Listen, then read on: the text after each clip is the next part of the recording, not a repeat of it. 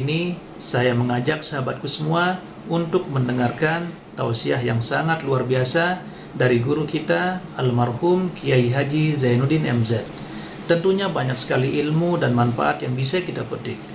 Berikut ini mari kita dengarkan bersama tausiah dari guru kita almarhum Kiai Haji Zainuddin MZ.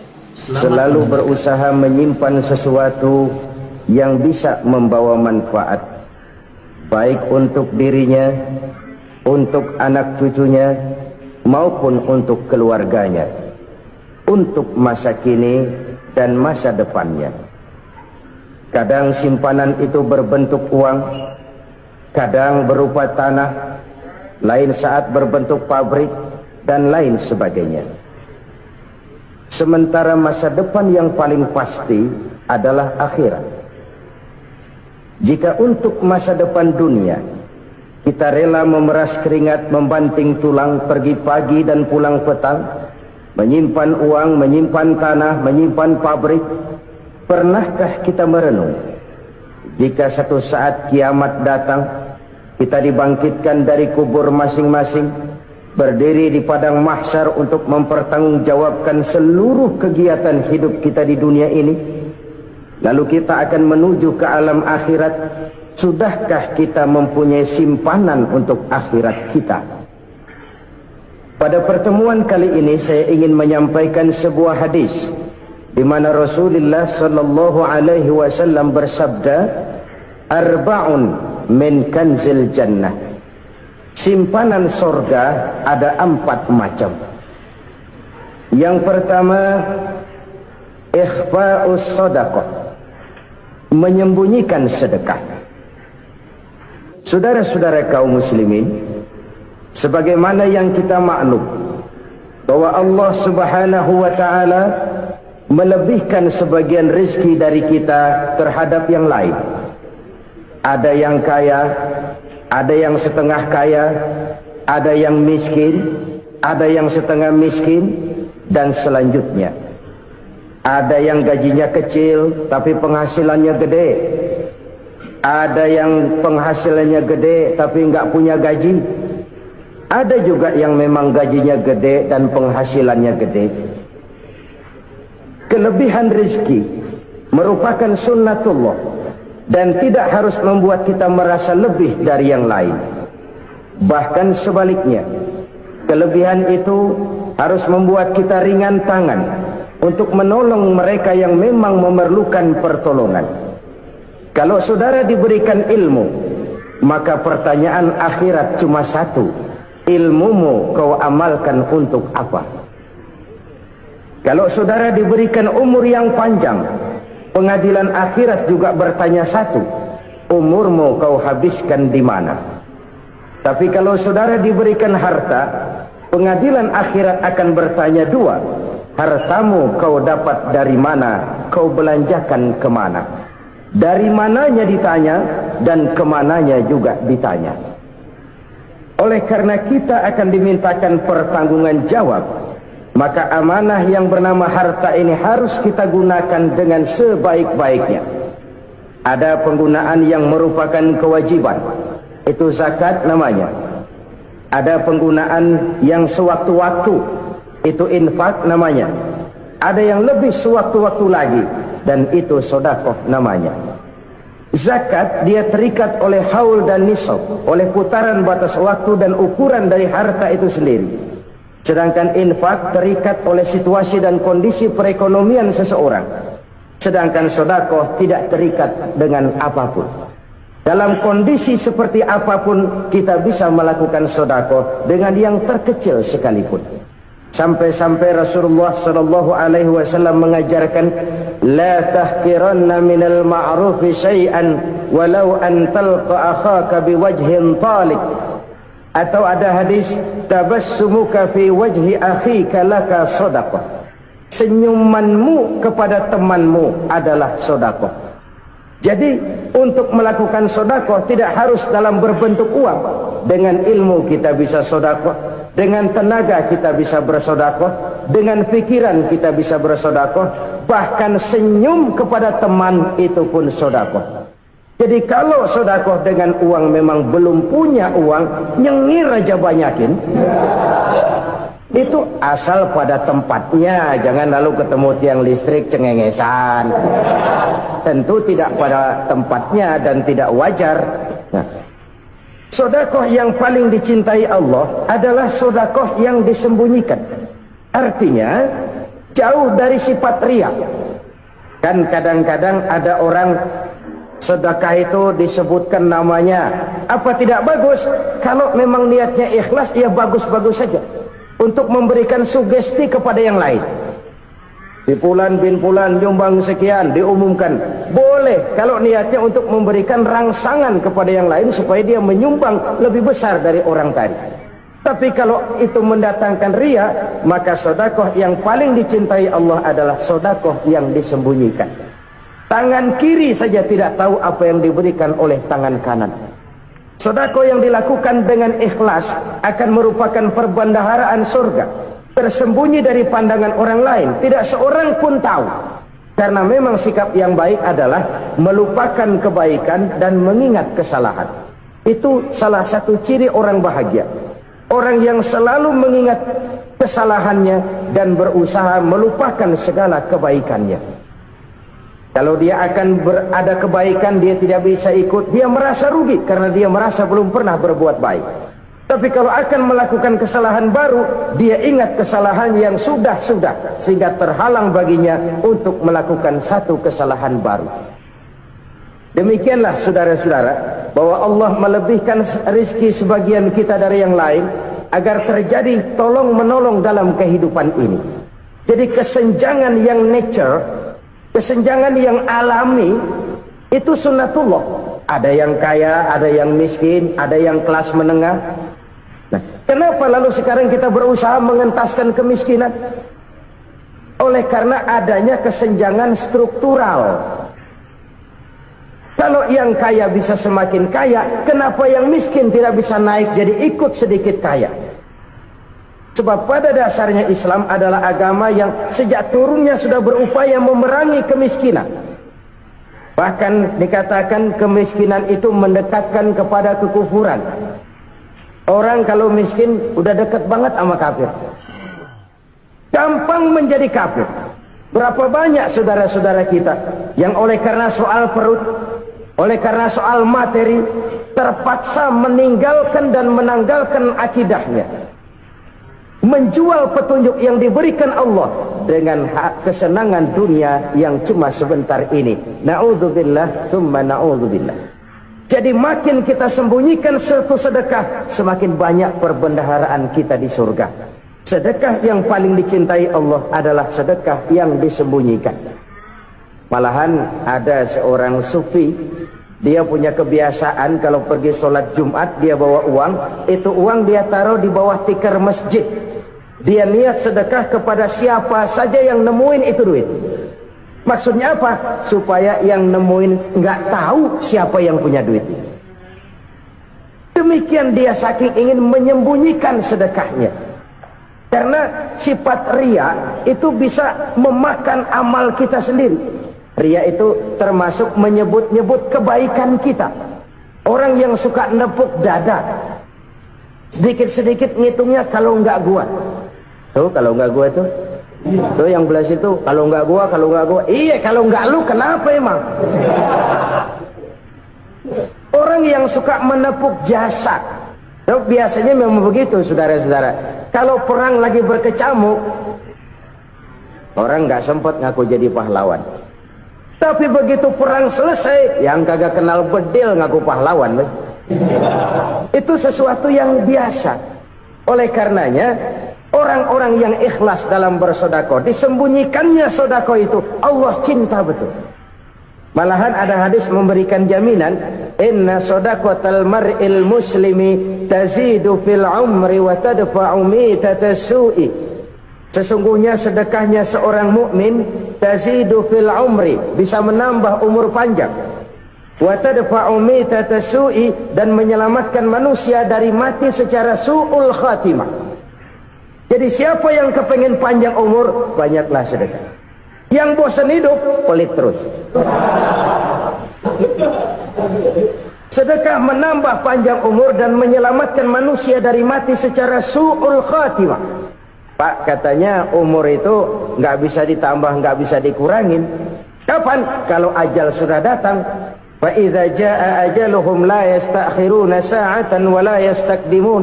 Kalau ajal datang tidak bisa dimajukan, tidak bisa dimundurkan. Itu kalau ajal sudah datang. Tidak bisa lagi umur ditambah dikurangi, sudah datang. Tapi kalau belum datang, itu kan haknya Allah. Mau ditambah, mau dikurangi, hak prerogatif Allah. Sebagai pencipta manusia, Allah maha kuasa dan maha mampu. Sedekah ini menambah panjang umur dan menyelamatkan manusia dari mati secara su'ul khatimah. Itu orang mati kan sama ya, kondisinya mati, nggak nafas. Tapi hakikat mati kan lain-lain. Ada yang mati itu husnul khatimah, baik akhirnya. Misalnya lagi ngaji mati, lagi sholat mati, lagi sedekah mati. Ini yang dinamakan dengan husnul khatimah, baik di akhirnya. Sebaliknya ada yang su'ul khatimah, jelek di akhirnya. Ini yang jadi catatan akhir. Lagi nyekek botol, mampus. Lagi banting kartu, modar.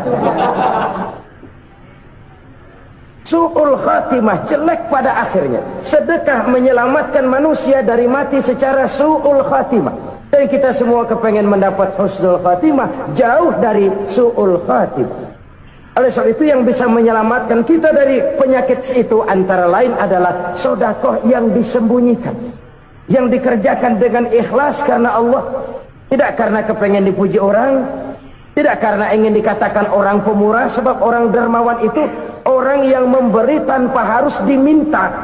Kalau masih harus diminta, ya belum dermawan namanya, masih harus diminta. Kalau nggak diminta ya tulus, lolos, polos.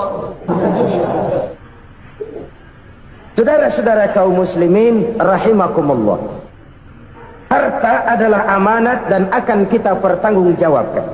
Allah melebihkan rizki sebagian kita dari yang lain agar kita saling tolong menolong, bantu membantu. Nabi janjikan siapa yang meringankan beban saudaranya muslim di dunia, Allah akan meringankan bebannya di akhirat nanti. Sebuah jaminan dari baginda Nabi.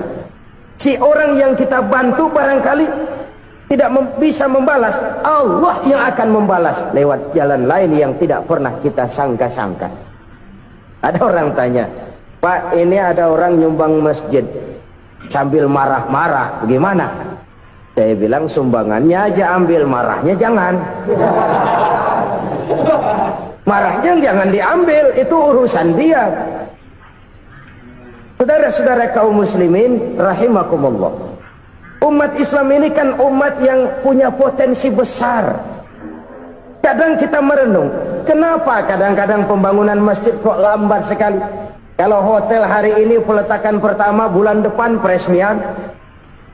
Supermarket hari ini peletakan batu pertama, minggu depan peresmian. Tapi kalau sudah yang namanya masjid, kadang-kadang peletakan batu pertama sekaligus jadi batu terakhir. 3 tahun, 4 tahun, campur nebar jalak di jalanan, duit dijaring kayak ikan sepat. Apa tidak ada orang Islam yang kaya? Banyak. Apa tidak ada pengusaha muslim yang jadi konglomerat? Ada. Lalu yang belum banyak itu yang komit terhadap nilai-nilai agamanya. Akhirnya kita jatuh jadi umat yang lemah. Belum ada pengusaha konglomerat muslim buka pabrik supermi cap bedug misalnya umpamanya atau pabrik kecap cap sorban supaya identitas keislamannya sedikit kelihatan. Kita jatuh jadi umat yang lemah karena potensi tidak terinventarisir dengan baik. Kita ini ibarat kompor yang cuma matengin nasi orang lain. Potensi kita dimanfaatkan oleh orang lain. Ukhuwah Islamiyah kita baru terbatas kepada silaturahmi. Ukhuwah di bidang ekonomi kita lemah, ukhuwah di bidang kebudayaan kita lemah, apalagi ukhuwah di bidang politik kita lebih rapuh lagi. Padahal ukhuwah itu adalah totalitas kehidupan manusia, menyangkut ipolexosbud, memerlukan nilai-nilai ukhuwah. Jadi oleh karena itu mari kita menyadari, di dalam harta kita, walaupun kita yang cari, pergi pagi, pulang sore, peras keringat, banting tulang, di sana ada harta anak yatim, di sana ada hak masjid, di sana ada hak pesantren, di sana ada hak jihad. Berbahagialah seseorang apabila dia oleh Allah dijadikan keran. Keran itu menyimpan air, tapi tidak untuk dirinya, tapi disalurkannya kepada mereka yang memang memerlukannya. Saudara-saudara kaum muslimin rahimakumullah, ini yang pertama. Jadi perbendaharaan surga adalah menyembunyikan sedekah. Orang lain nggak tahu, kita pun nggak pernah ngitung-ngitung. Kita anggap lewat begitu saja, padahal itu deposit akhirat. Satu. Yang kedua, perbendaharaan surga itu apa? Wa kitmanul musibah, menyembunyikan kesulitan. Kadang orang takut menghadapi kesulitan, tapi makin kita merenung, hidup ini kan sebenarnya urusan. Takut sama urusan, ya jangan hidup. Tandanya orang hidup itu kalau punya urusan. Urusan melupakan problem, problem sering menimbulkan kesulitan. Kesulitan bukan untuk ditakuti, tapi untuk diatasi dan dicarikan jalan keluarnya. Siapa sih orangnya yang nggak pernah sulit-sulit? Makin tinggi status sosialnya, makin gede urusannya. Makin tinggi kualitas imannya, makin berat tingkat kesulitannya. Cuma memang yang namanya enak itu seperti pelangi. Biang lala itu nggak pernah di atas kepala kita, di atas kepala orang melulu. Lu sih enak lu, kata kita. Dia juga bilang yang enak kan lu. Pelangi itu nggak pernah di atas kepala kita. Kata tukang beca, aduh enak ya naik Mercy. Kata tukang beca, apa yang di dalam mobil Mercy? Aduh enak bener tukang beca, di jok ngeringkuk ngorok pules bener. Saya kamar pakai AC, sejuk, tempat tidur sutra, empuk, alga, spring bed, gula kulik, nggak bisa pulas kalau belum minum Valium, belum tidur. Enak bener tukang beca, di jok ngorok nggak tahu wetan kulon. Si tukang beca bilang yang di Mercy enak, yang di Mercy bilang tukang beca enak. Inilah enak, nggak pernah di atas kepala kita, di atas kepala orang lain melulu enak itu. Nah, saudara-saudara, yang merupakan perbendaharaan surga itu orang yang bisa menyembunyikan kesulitan, baik pribadi ataupun rumah tangga. Nih terutama rumah tangga yang jadi soalnya. Kadang-kadang kita ini kalau senang, sebaliknya kalau senang kita diam, kalem aja, cuek. Banyak banget duit kita bawaan, diam aja udah. Malah ketemu orang takut. Tapi begitu susah, sekampung tahu. Padahal Nabi mengajarkan perbendaharaan surga itu menyembunyikan musibah, menyembunyikan kesulitan. Kalau enak, cerita sama orang-orang. Kalau nggak enak, rasain sendiri, tekan sendiri, atasin sendiri. Kita kan sebaliknya. Tenang kita diam, asal lagi susah, paling tidak kita nyari teman buat cerita kesusahan. Siapa orangnya yang nggak pernah susah? Cuma soalnya bagaimana kita mengatasi kesusahan itu sendiri. Begitu juga misalnya kalau orang sudah berumah tangga, itu orang tuanya harus menjadi tempat dia cerita yang enak-enak saja. Yang nggak enak rasain berdua, selesaikan berdua, atasin berdua. Jangan dibalik. Asal senang diam, giliran susah saja. Maknya laporan. Terbalik. Bisa menjaga security informasi. Maka nama bayam keluar diam, malah seluitan. Enak amat lu makan daging ayam. Security informasi. Saudara-saudara kaum muslimin rahimakumullah, ujian yang terberat itu yang pernah diberikan kepada para nabi, para rasul, para aulia, para ulama. Makin tinggi keimanan, makin berat bentuk kesulitan. Ayo saya kemukakan satu contoh saja. Ada seorang nabi yang kaya, nabi kaya, namanya Nabi Ayub. Iblis kalau orang begini kan keki, ibadahnya rajin, kaya. Nih yang kayak begini susah digodain. Kalau ibadahnya rajin, miskin, kali bisa disogok. Sini imannya mantap, ibadahnya rajin, kaya, nabi lagi. Oh, tapi namanya iblis nggak kurang akal. Laporan, Tuhan, kenapa Les? Ya ini bahasa saya, bahasa Qurannya sih nggak gitu.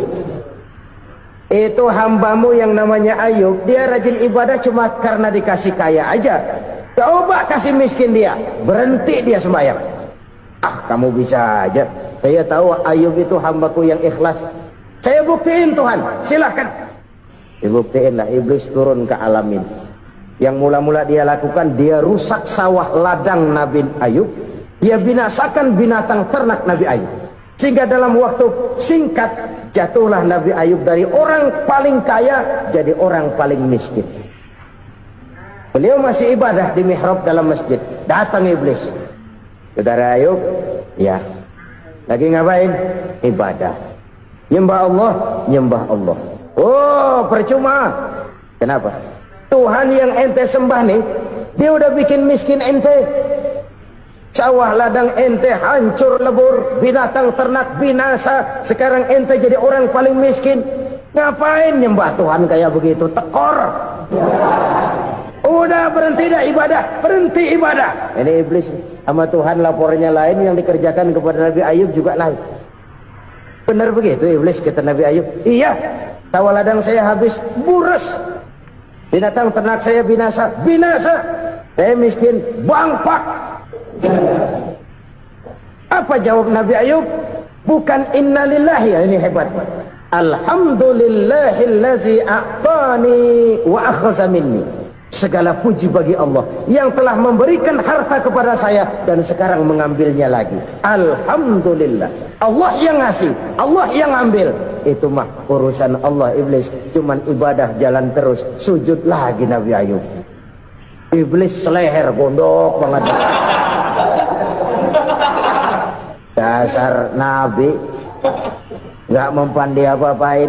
Miskin malah alhamdulillah. Allah yang ngasih, Allah yang ngambil.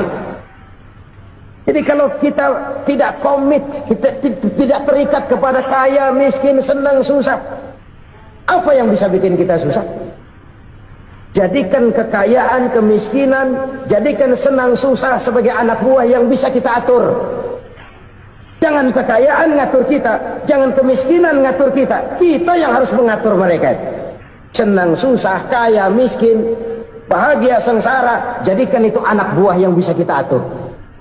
Kalau sekarang kita kaya, lain saat boleh jadi kita miskin, semiskin-miskinnya. Allah yang ngasih, Allah yang ngambil.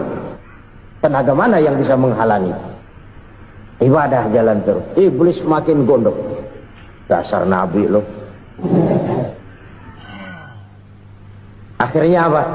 Nabi Ayub dikerjain, diberikan penyakit. Demikian fatal penyakitnya. Bayangin, udah miskin sakit. Masya Allah. Miskin sakit. Sakitnya nggak lama, kira-kira 16 tahun. Istrinya 3, 2 mental minta ceraiin. Ngerawatin laki bengek begini. Senang belum tentu, susah udah pasti nih. Cerai aja, cerai dah. Cerai. Tinggal satu Siti Rahmah yang setia menemani beliau. Sesetia-setianya hati perempuan. Satu saat Siti Rahmah bilang, "Bang, iya, abang kan Nabi bang. Lalu namanya Nabi kan doanya jarang meleset bang. Maksud kamu minta kenapa sih sama Tuhan biar abang sembuh baik dah bang?" Siti Rahmah, iya.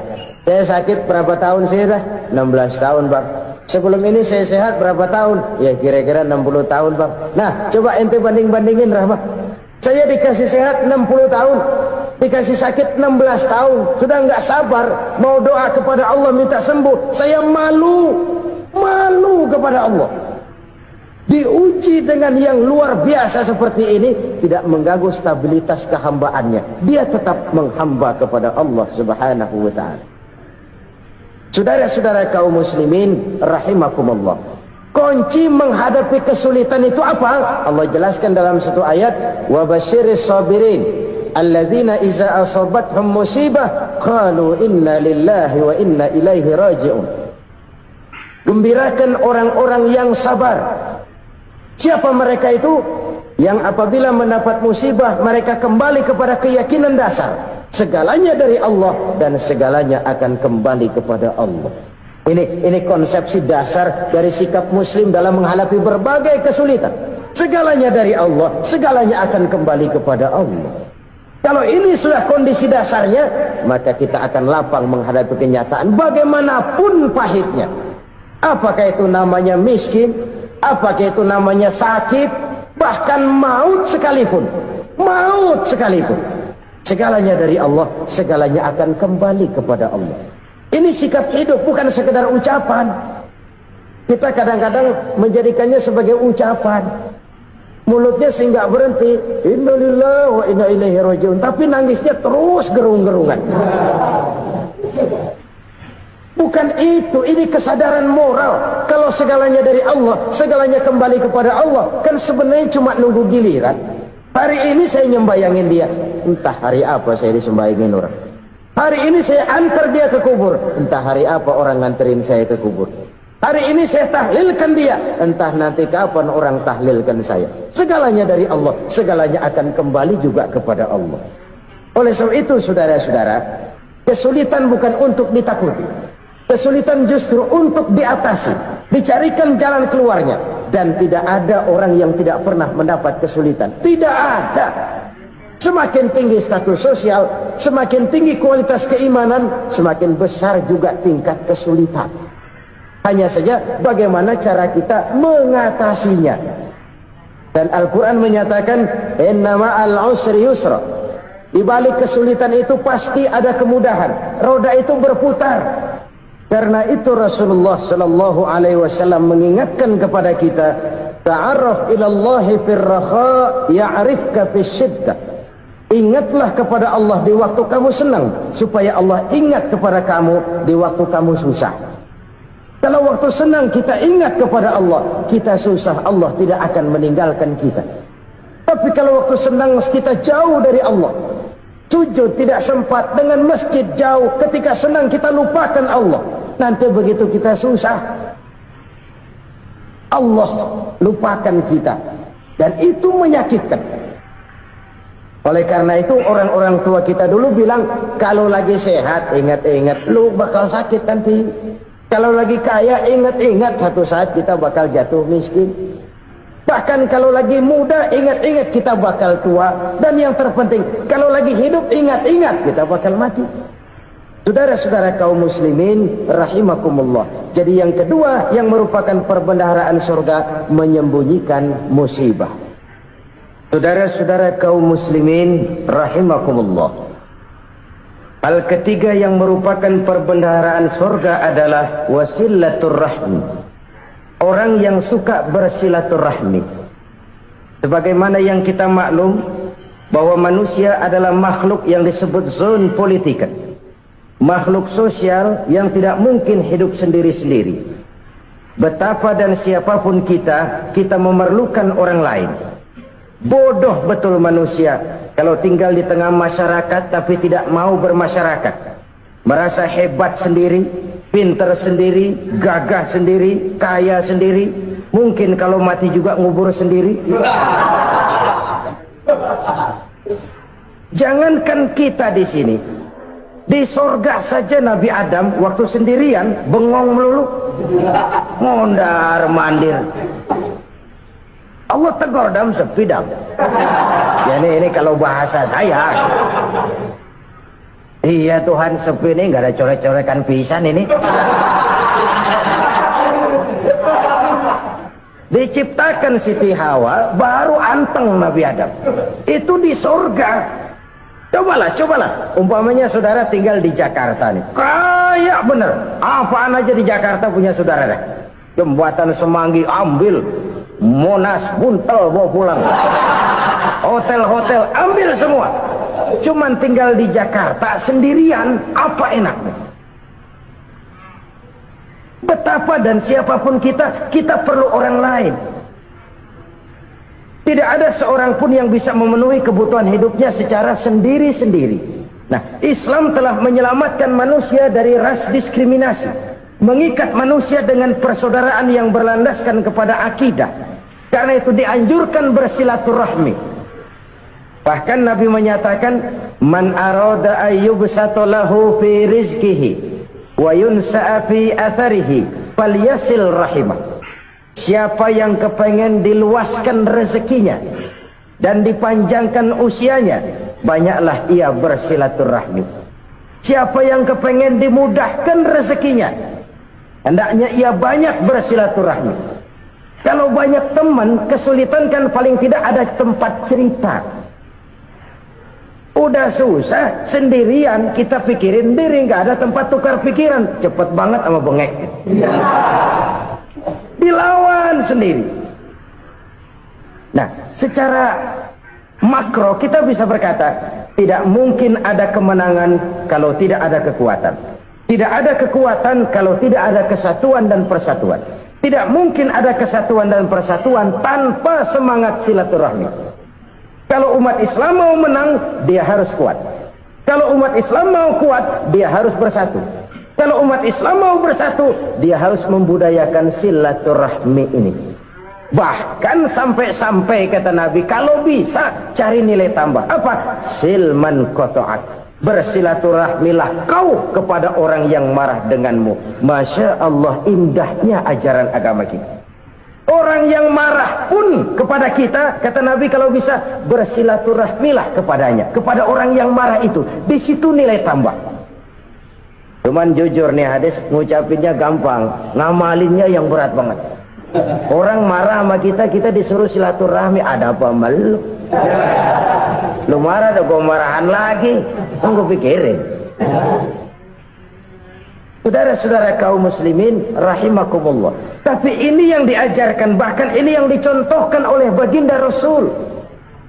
Bagaimana begitu mudah, misalnya satu saat Abu Jahal ini ngatur strategi bagaimana bikin Muhammad celaka. Dia gali lubang di depan tempat tidurnya, dia tutupin daun korma. Terus dia panggil seseorang, ke sini, kasih tahu Muhammad, pamannya sakit keras, minta ditengokin. Berangkat orang ini ke sana. Muhammad, labbaik, pamanmu sakit keras, dia minta ditengokin. Baik, saya akan datang menjenguk beliau. Berangkatlah Nabi ke rumah Abu Jahal tanpa prasangka apapun. Abu Jahal udah pasang setil, selimut 3 rangkap setengah dipakai, persis kayak orang meriang. Tapi sembari ngintip dari balik selimut, begitu Muhammad buka pintu, nah masuk perangkap nih. Muhammad jalan menuju tempat pembaringan. Makin lama makin dekat, makin lama makin dekat, makin dekat ke lubang yang dipasang oleh Abu Jahal itu. Dalam hati Abu Jahal, terus dah jatuh, mampus dah lo ini, mampus lo hari ini nih. Apa yang terjadi? Malaikat Jibril datang. Muhammad, pamanmu cuma pura-pura sakit. Di depan tempat tidurnya ada lubang perangkap supaya kamu jatuh ke situ. Udah, kamu pulang. Balik kanan Nabi. Sudah hampir jatuh ke lubang, balik kanan, pulang. Bayangin kecewanya Abu Jahal. Muhammad dikit lagi, Muhammad dikit lagi. Enggak paman, saya pulang aja. Emosi bangun dari tempat tidur, enggak sadar kalau lagi pura-pura sakit. Lompat ngejar Nabi, dia lupa dengan lubang yang dia gali. Pusrak, nyemplung sendiri ke dalam lubang.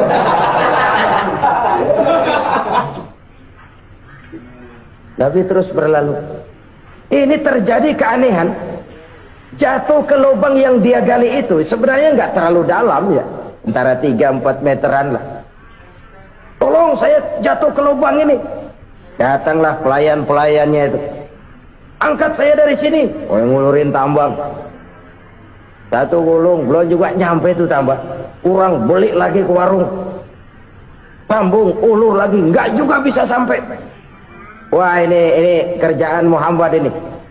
Tolong, siapa salah seorang kamu ke rumah Muhammad, kasih tahu encangnya kecebur. Minta ditolongin. Sampaikan kepada Rasul. Kenapa?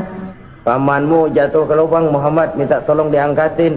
Tambang udah nyambung-nyambung nggak nyampe juga. Ya, nanti saya datang, saya tolong. Cobain. Nyata-nyata orang berniat jahat mau mencelakakan dia. Datang dia menolong. Ini yang disebut air tuba dibalas air susu ya ini. Bukan sebaliknya. Air tuba dibalas air susu. Paman, kecebur ya? Iya Muhammad, tolong ini. Pegang tangan saya. Nabi ulurkan tangannya, nyampe. Dipegang oleh Abu Jahal, diangkat ke atas. Sampai atas, apa kata Abu Jahal? Sihirmu memang hebat Muhammad. Udah ditolongin dikata sihir. Yang enak kita kemplang kan itu orang begitu. Urusan apa? Tapi inilah akhlak. Kalau bisa kamu bersilaturahmilah dengan orang yang marah kepadamu sekalipun. Orang marah kita tetap baik. So, kalau kita berbuat baik sama orang yang memang baik, rasanya sih biasa-biasa aja. Orang baik kita baik lagi, ya draw aja, belum ada nilai tambah di situ. Baru ada nilai tambah kalau kita bisa berbuat baik kepada orang yang nyakitin kita. Itu namanya kita setingkat di atas dia. Dia sakitin kita, kita berbuat baik sama dia. Dia pelit sama kita, kita baik sama dia. Dia marahin kita, kita deketin dia. Di situ kita punya nilai tambah. Jadi siapa yang ingin diluaskan rezekinya kata Nabi dan dipanjangkan umurnya, hendaklah ia banyak-banyak bersilaturahmi. Sederhana sebenarnya silaturahmi, tapi silaturahmi membangkitkan semangat kesatuan dan persatuan. Kesatuan dan persatuan melahirkan kekuatan. Dalam matematika 1 ditambah 1 pasti 2. Tapi di tengah masyarakat, 1 orang takut ditambah 1 orang takut, hasilnya jadi 2 orang setengah berani. Kenapa setengah berani? Karena udah berdua. Tadi pan takut sendirian. Kalau dia kumpul turu-turu takutlah jadi berani. Kita yang lemah, kita yang tidak berdaya, kita yang miskin, kalau mau kompak bersatu, apa yang nggak bisa kita kerjain? Apalagi tinggal di kota besar, pilihan cuma 2. Bertahan atau minggir. Bertahan atau minggir. Untuk bisa bertahan harus mampu bersaing. Untuk mampu bersaing harus punya keahlian. Keahlian harus ditunjang dengan pendidikan, ditambah oleh kekompakan sebagai umat. Udah miskin mencar mulu, orang injek gitu. Orang nggak pandang urusan apa malu. Oleh karena itu silaturahmi pada hakikatnya merupakan roh dari ukhuwah yang diajarkan oleh agama kita.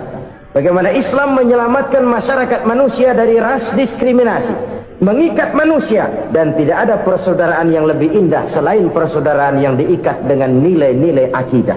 Sepanjang orang di jalan Allah, itulah saudara kita. Keluar dia dari jalan Allah, selesailah persaudaraan sampai di situ.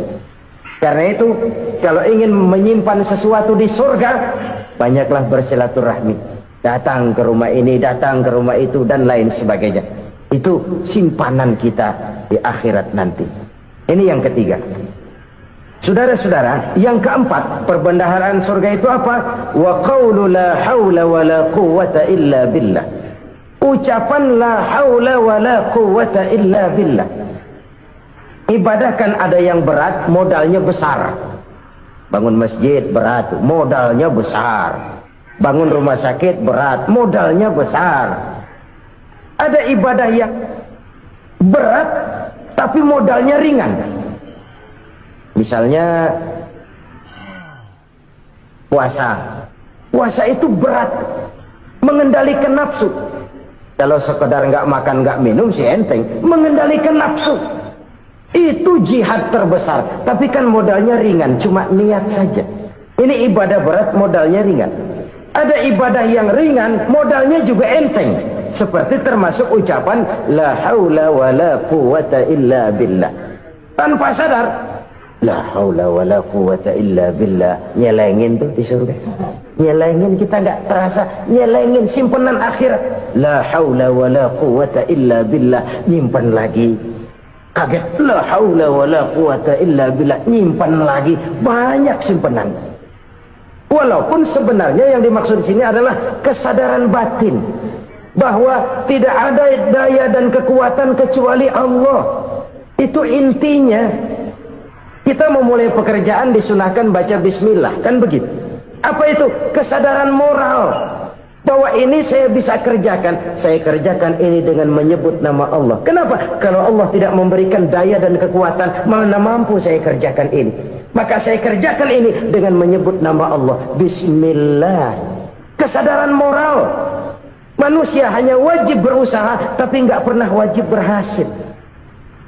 Banyak hal-hal yang kalau kita renungkan secara rasio nggak mungkin, tapi jadi kenyataan. La haula wala quwata illa billah. Tidak ada daya dan kekuatan kecuali bagi Allah semata. Subhanallah, sungguh luar biasa apa yang sudah disampaikan oleh guru kita almarhum Kiai Haji Zainuddin MZ. Sahabat beriman yang dirahmati Allah, tetaplah di channel ini karena kajian ini belum selesai dan masih banyak hal-hal menarik yang akan disampaikan oleh guru kita almarhum Kiai Haji Zainuddin MZ. Maka dari itu tetaplah di sini dan mari kita lanjutkan kembali. Selamat mendengarkan. Kesadaran moral akan kelemahan dan keterbatasan makhluk bernama manusia. Kadang kita kagum dengan otak, tapi kita sering lupa sama yang bikin otak. Padahal bagaimanapun hebatnya otak, yang bikin otak pasti lebih hebat dari otak. Nggak percaya? Silahkan otak-otakan. Inilah kecenderungan. Kita kagum dengan pesawat-pesawat mutakhir, bukan main, besi gede banget terbang itu. Alangkah hebatnya. Lalu apa yang bikin otak tidak lebih hebat dari itu semua? Kita puji laut, apa yang bikin laut tidak lebih hebat dari laut itu? La haula wala quwata illa billah. Tidak ada daya dan kekuatan kecuali Allah. Apa yang bisa kita lakukan kalau tidak karena daya dan kemampuan yang diberikan oleh Allah kepada kita? Lahirlah sikap tawadhu, rendah hati, tidak melonjak menjadi angkuh dan sombong, sadar akan kelemahan dan keterbatasan diri sebagai makhluk yang diciptakan oleh Allah Subhanahu wa taala. Jadi satu sisi ini ucapan yang berpahala, la haula, jadi wiridan. Pada sisi lain ini kesadaran moral, sikap mental, kesadaran batin bahwa yang punya daya dan kekuatan itu cuma Allah. Kita nggak pantas untuk sombong, sebab sombong itu pakaiannya Allah. Kita nggak sedang pakai pakaian Allah, kegedean. Dan makin kita renungi, makin terbentur. Apa sih yang bisa kita sombongin? Kita mau sombong apa? Kaya? Pintar? Itu kan semua relatif. Di atas langit masih ada langit lagi. Jadi oleh karenanya, marilah kita menyadari. Manusia hanya wajib berusaha, tapi tidak pernah wajib berhasil. Yang berusaha saja tidak wajib berhasil, apalagi yang tidak berusaha. Islam bukan agama orang pemalas yang selesai sholat lalu endelohom, nggelenggem ayem-ayem. Tapi Islam bukan agama orang sombong yang setelah berusaha lalu tidak memerlukan Allah. Kita bisa saja bikin proyeksi, tahun sekian kita bakal panen besar menurut perhitungan otak. Tapi ada kejadian lain. Apa? Tikus ngambek. Habis itu dimakanin tikus, panen gagal. Proyeksi rasional gagal oleh tikus-tikus yang ngambek itu. Bisa saja terjadi. Tahun depan kita panen besar, urung. Kenapa? Musim panas panjang. Nah, sekarang ini koran-koran bikin berita musim mengalami penyelewengan. Bukan cuma manusia yang nyeleweng sekarang. Musim pakai nyeleweng. Mestinya kan musim hujan udah selesai, masih hujan-hujan juga. Musim. Nah sekarang kita boleh bikin proyeksi, kita bakal panen besar. Tahu-tahu musim panas panjang, sawah retak, air kering. Cari teknokrat yang paling botak, suruh pendekin tuh musim panas. La haula wa la quwwata illa billah. Inilah kesadaran moral. Saudara, saya teringat satu saat ada seorang konglomerat. Umurnya ya kira-kira 70-an. Satu saat dia ditanya oleh wartawan, "Pak, umur Bapak berapa sih?" "Ya paling 10 tahun." 10 tahun? 10 tahun? Anak Bapak berapa orang? Satu. Satu saja? Satu. Harta Bapak berapa? Ya paling-paling bangsa 7 juta kali. 7 juta? Iya. Pak, kenapa Bapak bohongi saya? Bapak punya buku biografi. Koran-koran, majalah-majalah banyak memuat cerita riwayat hidup Bapak. Saya tahu umur Bapak 70. Kenapa bilang cuma 7 tahun? Saya tahu anak Bapak 8. Kenapa cuma bilang 1? Saya tahu harta Bapak miliaran, mungkin triliunan. Pabrik di mana-mana, bank di mana-mana. Kenapa bilang uang Bapak cuma 7 juta? Nah, kata si konglomerat tadi, "Kamu benar, Nak, kamu benar. Umur saya kalau jumlahnya memang 70, Nak. Cuman ingat-ingat saya, baru 7 tahun terakhir ini saya sujud. Baru 7 tahun terakhir ini saya berusaha dekat dengan Allah. Saya laksanakan perintahnya, saya jauhi larangannya. 7 tahun inilah rasanya yang ada nilainya di hadapan Allah. Yang 63 tahun matong, kelabu, kelem umur gue. Habis untuk maksiat, untuk munkarat. Maka ketika ditanya tadi, umur saya 7 tahun itu. Oh begitu Pak. Oh iya. Lalu anak Pak, anak Bapak kan 8. Kenapa bilang cuma 1? Nah, kalau jumlah hitungannya memang anak saya 8. Tapi dari 8 orang ini rasanya cuma 1 nih yang bakal jadi buah hati, belahan jantung, pelanjut cerita, penerus sejarah, bakal jadi anak soleh yang akan mendoakan saya. Cuman 1 rasanya anak saya ini yang bakal jadi buah hati saya, besar-besaran saya, yang akan mendoakan di kubur saya, yang akan mendoakan di akhirat saya. Yang 7 orang mana? Masya Allah, yang 1 tenggeng, yang 1 nyekek botol mulu, yang 1 nggak karu-karuan. Makanya saya bilang 1 anak saya yang akan bisa mendoakan saya. Oh begitu Pak. Iya. Nah, harta Pak, harta Bapak kan triliunan. Pabrik Bapak di mana-mana. Uang Bapak hampir di tiap bank-bank besar. Kenapa bilang cuma 7 juta? Betul kau Nak. Harta saya kalau jumlahnya memang miliaran, triliunan mungkin. Tapi yang saya ingat baru 7 juta tuh yang saya belanjakan di jalan Allah. Saya nyumbang masjid, saya santuni yatim piatu, saya bantu pembangunan pesantren, saya bantu pembangunan rumah sakit Islam. Itu yang akan saya bawa pulang ke akhirat, yang 7 juta itu. Yang triliunan itu nanti akan diperebutkan oleh anak-anak saya sebagai waris saya. Jadi harta saya 7 juta itu yang bakal nemenin saya di akhirat, yang akan saya bawa pulang jadi teman saya. Saudara-saudara kaum muslimin, jangan-jangan orang tua itu adalah kita-kita ini. Jangan-jangan kita-kita ini adalah orang tua itu. Jangan-jangan itu potret dari diri kita masing-masing. Dari sekian umur yang diberikan Allah, berapa tahun yang ada nilainya di hadapan Allah? Dari sekian anak-anak yang merupakan amanah, berapa yang akan mendoakan kita sebagai orang tuanya menjadi anak soleh? Dari sekian banyak harta yang diberikan Allah, berapa yang akan kita bawa pulang menghadapnya nanti, yang kita belanjakan di jalan Allah? Ini sebuah potret kehidupan. Karena itu kita kembali kepada la haula wa la quwwata illa billah. Kita wajib berusaha, kita wajib berikhtiar. Selebihnya segala daya dan kekuatan hanya milik Allah saja semata-mata. Satu kesadaran batin dari setiap pribadi muslim. Setelah ia berusaha dan berikhtiar, ia menyerahkannya kepada Allah Subhanahu wa ta'ala. Jadi satu sisi ini merupakan wiridan ucapan yang mengandung pahala, pada sisi lain ini merupakan sikap batin dari seorang muslim di dalam ia menghadapi realitas kehidupan ini. Saudara-saudara kaum muslimin rahimakumullah, kalau ini kita jadikan satu basis kehidupan, maka ini akan menyelamatkan manusia dari kemungkinan tergelincir menjadi orang yang lupa diri dan lupa darat. Sebab itu Imamul Ghazali berpesan, jaddidis safinah fa innal bahra amiq wa khuziz zad fa innas safara ba'id wa khaffifil hamla fa innal hamla sadid. Perbarui selalu kapalmu karena lautan sangat dalam. Bawa bekal yang banyak karena perjalanan ini sangat jauh. Ringankan beban karena kebanyakan beban akan menyakitkan. Alangkah indah kalimat ini, alangkah dalam makna yang terkandung di sana. Perbarui selalu kapalmu karena lautan sangat dalam. Apa artinya ini? Jaga mentalmu baik-baik.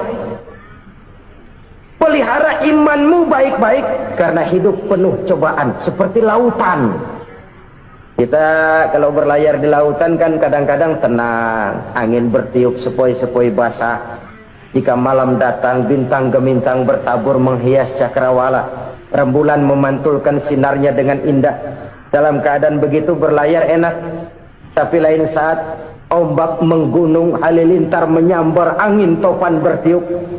Berapa banyak sudah saudara-saudara kita yang tenggelam di lautan dunia tanpa sadar bahwa dia belum sampai kepada pantai yang akan dituju.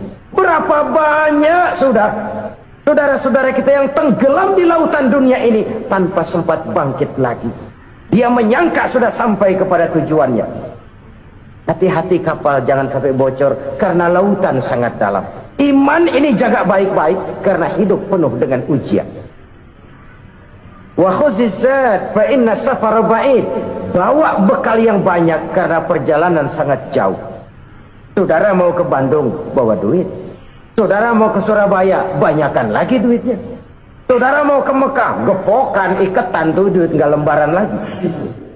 Makin jauh perjalanan, makin banyak bekal yang harus kita bawa. Kalau saudara dari Jakarta mau ke Surabaya, kagak bawa duit berangkat juga, itu sih bukan berani namanya, nekat. Sampai Surabaya belum tentu, sengsara di jalan udah pasti. Kenapa? Nggak bawa bekal berangkat. Sama juga kita nih, misalnya belum sempat sembahyang, mati. Waduh, berani banget orang. Belum punya bekal, mati. Sengsara di jalan. Atau bekal tidak cukup. Dari Jakarta saudara mau ke Surabaya, bawa duit 500 perak. Paling jauh Cikampek nyampenya itu. Paling jauh itu. Antara jauhnya perjalanan dengan bekal yang saudara bawa tidak seimbang. Hidup ini perjalanan panjang. A walking tour. Dimulai dari alam arwah. Sebelum jasad diciptakan, roh diciptakan lebih dulu. Dari situ pindah ke alam rahim. Dari alam rahim pindah ke alam dunia. Dari alam dunia pindah ke alam barzah. Baru menuju akhirat. Satu perjalanan panjang. Kalau bekal tidak bawa, sengsara di jalan. Bawa bekal yang banyak karena perjalanan ini sangat jauh. Wa khaffifil hamla, ringankan beban karena beban itu cuma akan menyulitkan. Kalau bekal itu sih keperluan, tapi beban nggak kita perluin, cuma ngeberat-beratin. Apa ini beban? Dosa, kecurangan, kebatilan, kesoliman, ketidakadilan, kesewenang-wenangan. Itu akan jadi beban kita di akhirat. Alangkah celakanya, perjalanan panjang, bekal tidak bawa, beban kelewat banyak, alamat sengsara di jalan. Pahala tidak ada, dosa berlipat ganda. Na'udzubillah, summa na'udzubillah. Kalau kita rangkum nasihat Al-Ghazali dengan kisah si konglomerat tadi, kita akan mengambil kesimpulan. Pertama, bekal terbaik dalam menghadapi gejolak kehidupan ini tidak lain adalah iman. Yang kedua, pahala dan dosa. Dua hal kontroversial. Pahala adalah bekal, dosa adalah beban. Tapi kita sekarang kan tidak begitu terangsang kepada yang abstrak. Orang berlomba mencari yang konkret-konkret saja, yang real. Kalau memang dosa, benjol dong, kira-kira begitu. Kira-kira begitu. Persis orang Yahudi dulu.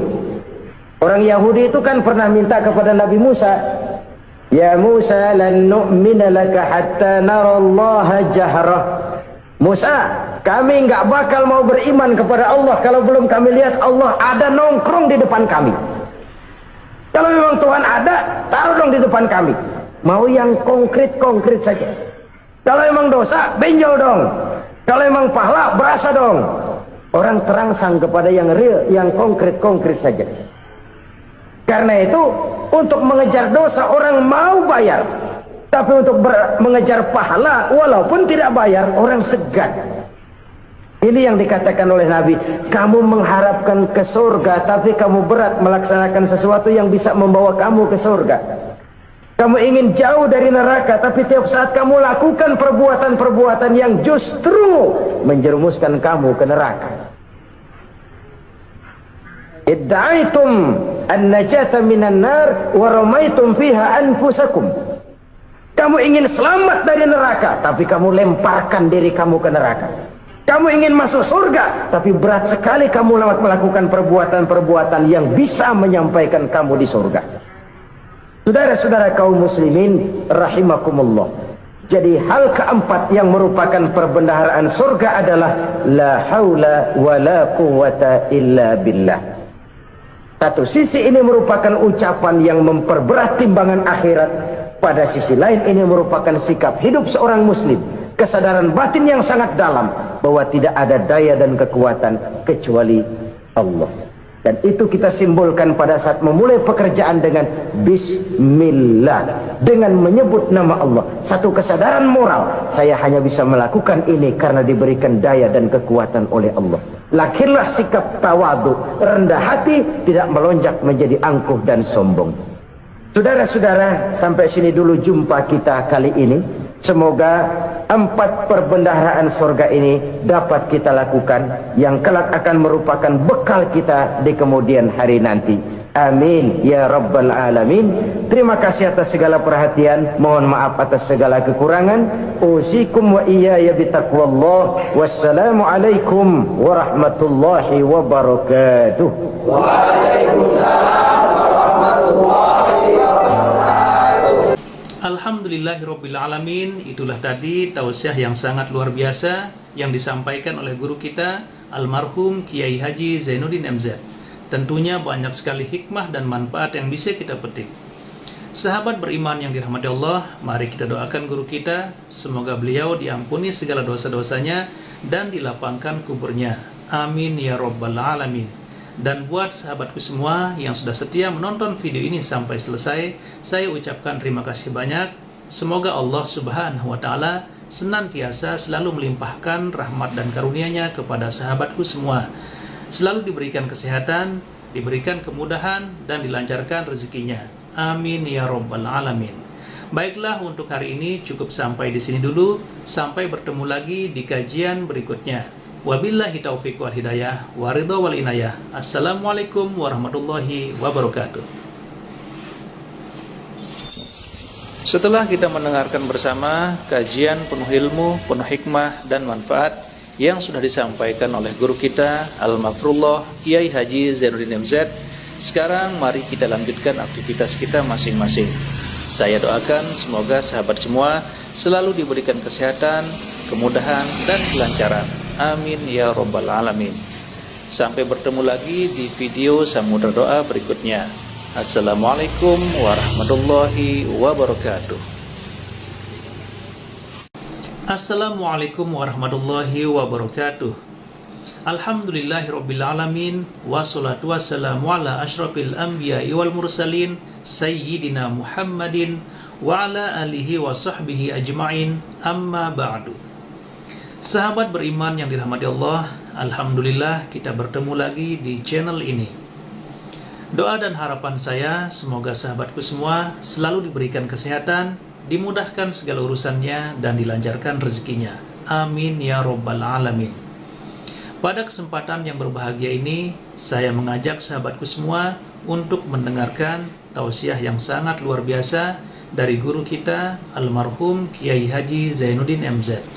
Tentunya banyak sekali ilmu dan manfaat yang bisa kita petik. Berikut ini mari kita dengarkan bersama tausiah dari guru kita almarhum Kiai Haji Zainuddin MZ. Selalu berusaha menyimpan sesuatu yang bisa membawa manfaat.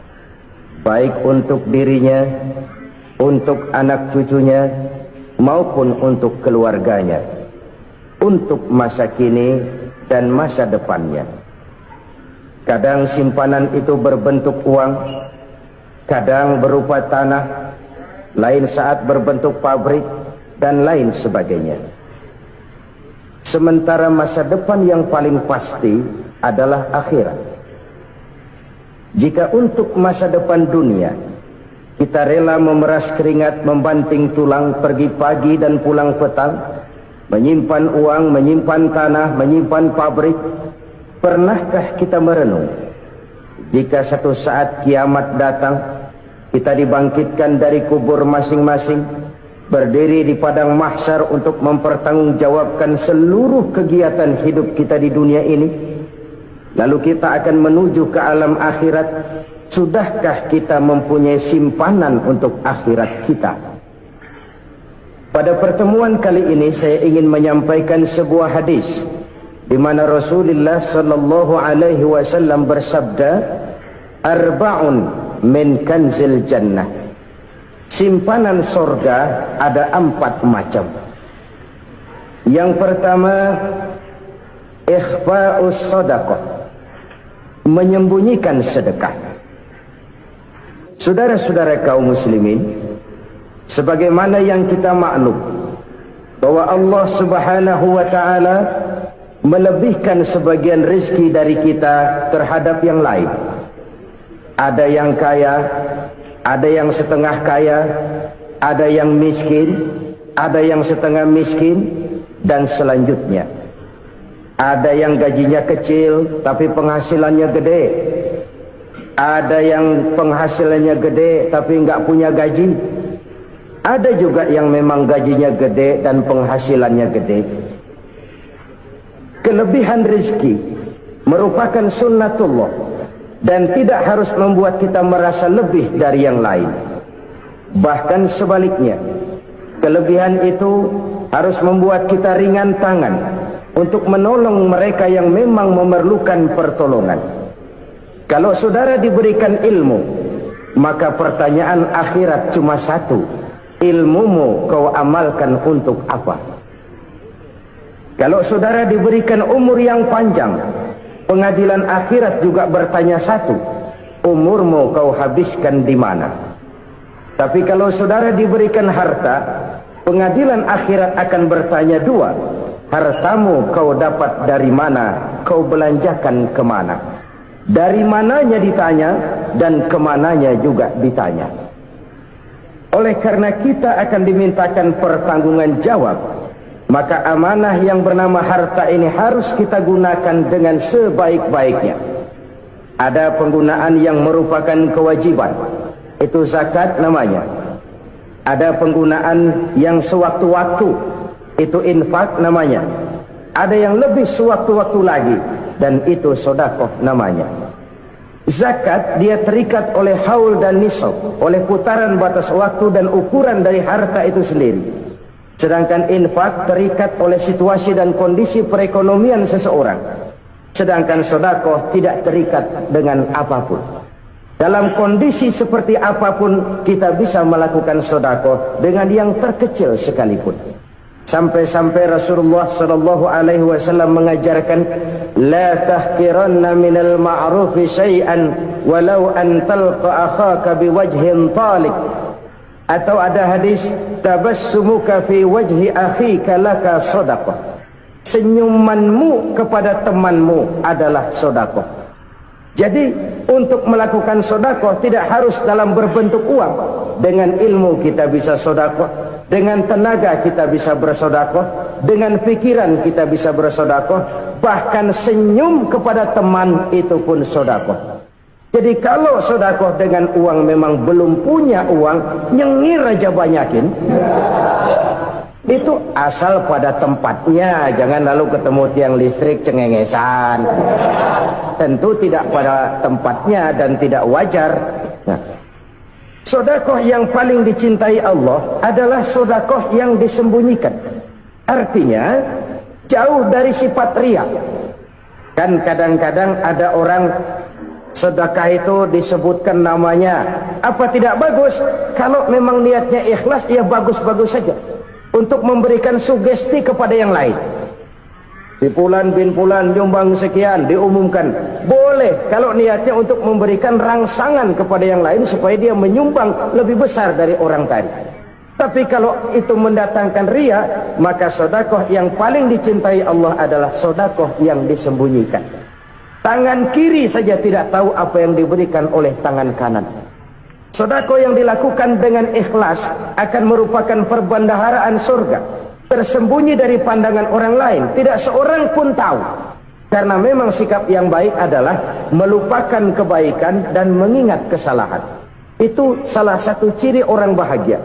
Orang yang selalu mengingat kesalahannya dan berusaha melupakan segala kebaikannya. Kalau dia akan ada kebaikan, dia tidak bisa ikut, dia merasa rugi karena dia merasa belum pernah berbuat baik. Tapi kalau akan melakukan kesalahan baru, dia ingat kesalahan yang sudah-sudah, sehingga terhalang baginya untuk melakukan satu kesalahan baru. Demikianlah saudara-saudara, bahwa Allah melebihkan rizki sebagian kita dari yang lain, agar terjadi tolong-menolong dalam kehidupan ini. Jadi kesenjangan yang nature, kesenjangan yang alami, itu sunnatullah. Ada yang kaya, ada yang miskin, ada yang kelas menengah. Nah, kenapa lalu sekarang kita berusaha mengentaskan kemiskinan? Oleh karena adanya kesenjangan struktural. Kalau yang kaya bisa semakin kaya, kenapa yang miskin tidak bisa naik jadi ikut sedikit kaya? Sebab pada dasarnya Islam adalah agama yang sejak turunnya sudah berupaya memerangi kemiskinan. Bahkan dikatakan kemiskinan itu mendekatkan kepada kekufuran.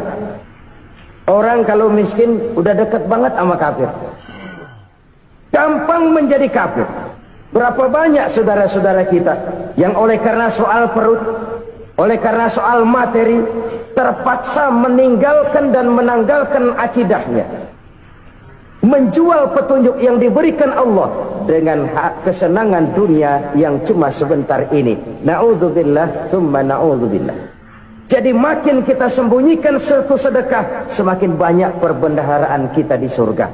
Sedekah yang paling dicintai Allah adalah sedekah yang disembunyikan.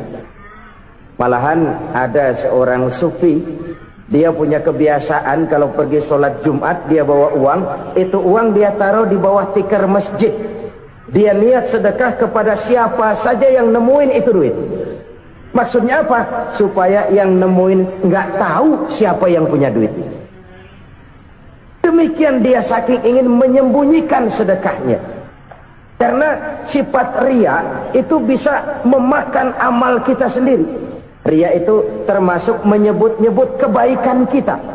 Orang yang suka nepuk dada, sedikit-sedikit ngitungnya kalau nggak gua. Tuh kalau nggak gua tuh. Tuh yang belah situ, kalau nggak gua, kalau nggak gua. Iya, kalau nggak lu kenapa emang? Orang yang suka menepuk jasa, tuh biasanya memang begitu saudara-saudara. Kalau perang lagi berkecamuk, orang nggak sempat ngaku jadi pahlawan. Tapi begitu perang selesai, yang kagak kenal bedil ngaku pahlawan, mas. Itu sesuatu yang biasa. Oleh karenanya, orang-orang yang ikhlas dalam bersedekah, disembunyikannya sedekah itu, Allah cinta betul. Malahan ada hadis memberikan jaminan, inna sedaqatal mar'il muslimi tazidu fil umri wa tadfa'u mitatas su'i. Sesungguhnya sedekahnya seorang mukmin tazidu fil umri, bisa menambah umur panjang, wa tadfa'u mitatas su'i, dan menyelamatkan manusia dari mati secara su'ul khatimah. Jadi siapa yang kepengen panjang umur, banyaklah sedekah. Yang bosan hidup, pelit terus. Sedekah menambah panjang umur dan menyelamatkan manusia dari mati secara su'ul khatimah. Pak, katanya umur itu nggak bisa ditambah, nggak bisa dikurangin. Kapan? Kalau ajal sudah datang. Fa idza jaa ajaluhum la yastakhiruna sa'atan wa la yastakdimun. Kalau ajal datang tidak bisa dimajukan, tidak bisa dimundurkan. Itu kalau ajal sudah datang. Tidak bisa lagi umur ditambah dikurangi, sudah datang. Tapi kalau belum datang, itu kan haknya Allah. Mau ditambah, mau dikurangi, hak prerogatif Allah. Sebagai pencipta manusia, Allah maha kuasa dan maha mampu. Sedekah ini menambah panjang umur dan menyelamatkan manusia dari mati secara su'ul khatimah. Itu orang mati kan sama ya, kondisinya mati, nggak nafas. Tapi hakikat mati kan lain-lain. Ada yang mati itu husnul khatimah, baik akhirnya. Misalnya lagi ngaji mati, lagi sholat mati, lagi sedekah mati. Ini yang dinamakan dengan husnul khatimah, baik di akhirnya. Sebaliknya ada yang su'ul khatimah, jelek di akhirnya. Ini yang jadi catatan akhir. Lagi nyekek botol, mampus. Lagi banting kartu, modar. Su'ul khatimah, jelek pada akhirnya. Sedekah menyelamatkan manusia dari mati secara su'ul khatimah. Dan kita semua kepengen mendapat husnul khatimah, jauh dari su'ul khatimah. Oleh sebab itu yang bisa menyelamatkan kita dari penyakit itu antara lain adalah sedekah yang disembunyikan, yang dikerjakan dengan ikhlas karena Allah. Tidak karena kepengen dipuji orang, tidak karena ingin dikatakan orang pemurah. Sebab orang dermawan itu orang yang memberi tanpa harus diminta. Kalau masih harus diminta, ya belum dermawan namanya, masih harus diminta. Kalau nggak diminta ya tulus, lolos, polos. Saudara-saudara kaum muslimin rahimakumullah, harta adalah amanat dan akan kita pertanggungjawabkan. Allah melebihkan rizki sebagian kita dari yang lain agar kita saling tolong menolong, bantu membantu. Nabi janjikan, siapa yang meringankan beban saudaranya muslim di dunia, Allah akan meringankan bebannya di akhirat nanti. Sebuah jaminan dari baginda Nabi. Si orang yang kita bantu barangkali tidak bisa membalas, Allah yang akan membalas lewat jalan lain yang tidak pernah kita sangka-sangka. Ada orang tanya, Pak, ini ada orang nyumbang masjid sambil marah-marah, bagaimana? Saya bilang sumbangannya aja ambil, marahnya jangan. Marahnya jangan diambil, itu urusan dia. Saudara-saudara kaum muslimin rahimakumullah, umat Islam ini kan umat yang punya potensi besar. Kadang kita merenung, kenapa kadang-kadang pembangunan masjid kok lambat sekali? Kalau hotel hari ini peletakan pertama, bulan depan peresmian. Supermarket hari ini peletakan batu pertama, minggu depan peresmian. Tapi kalau sudah yang namanya masjid, kadang-kadang peletakan batu pertama sekaligus jadi batu terakhir. 3 tahun, 4 tahun, campur nebar jalak di jalanan, duit dijaring kayak ikan sepat. Apa tidak ada orang Islam yang kaya? Banyak. Apa tidak ada pengusaha muslim yang jadi konglomerat? Ada. Lalu yang belum banyak itu yang komit terhadap nilai-nilai agamanya. Akhirnya kita jatuh jadi umat yang lemah. Belum ada pengusaha konglomerat muslim buka pabrik supermi cap bedug misalnya umpamanya atau pabrik kecap cap sorban supaya identitas keislamannya sedikit kelihatan. Kita jatuh jadi umat yang lemah karena potensi tidak terinventarisir dengan baik. Kita ini ibarat kompor yang cuma matengin nasi orang lain. Potensi kita dimanfaatkan oleh orang lain. Ukhuwah Islamiyah kita baru terbatas kepada silaturahmi. Ukhuwah di bidang ekonomi kita lemah, ukhuwah di bidang kebudayaan kita lemah, apalagi ukhuwah di bidang politik kita lebih rapuh lagi. Padahal ukhuwah itu adalah totalitas kehidupan manusia, menyangkut ipolexosbud, memerlukan nilai-nilai ukhuwah. Jadi oleh karena itu mari kita menyadari, di dalam harta kita, walaupun kita yang cari, pergi pagi, pulang sore, peras keringat, banting tulang, di sana ada harta anak yatim, di sana ada hak masjid, di sana ada hak pesantren, Di sana ada hak jihad. Berbahagialah seseorang apabila dia oleh Allah dijadikan keran. Keran itu menyimpan air, tapi tidak untuk dirinya, tapi disalurkannya kepada mereka yang memang memerlukannya. Saudara-saudara kaum muslimin rahimakumullah, ini yang pertama. Jadi perbendaharaan surga adalah menyembunyikan sedekah. Orang lain nggak tahu, kita pun nggak pernah ngitung-ngitung. Kita anggap lewat begitu saja, padahal itu deposit akhirat. Satu.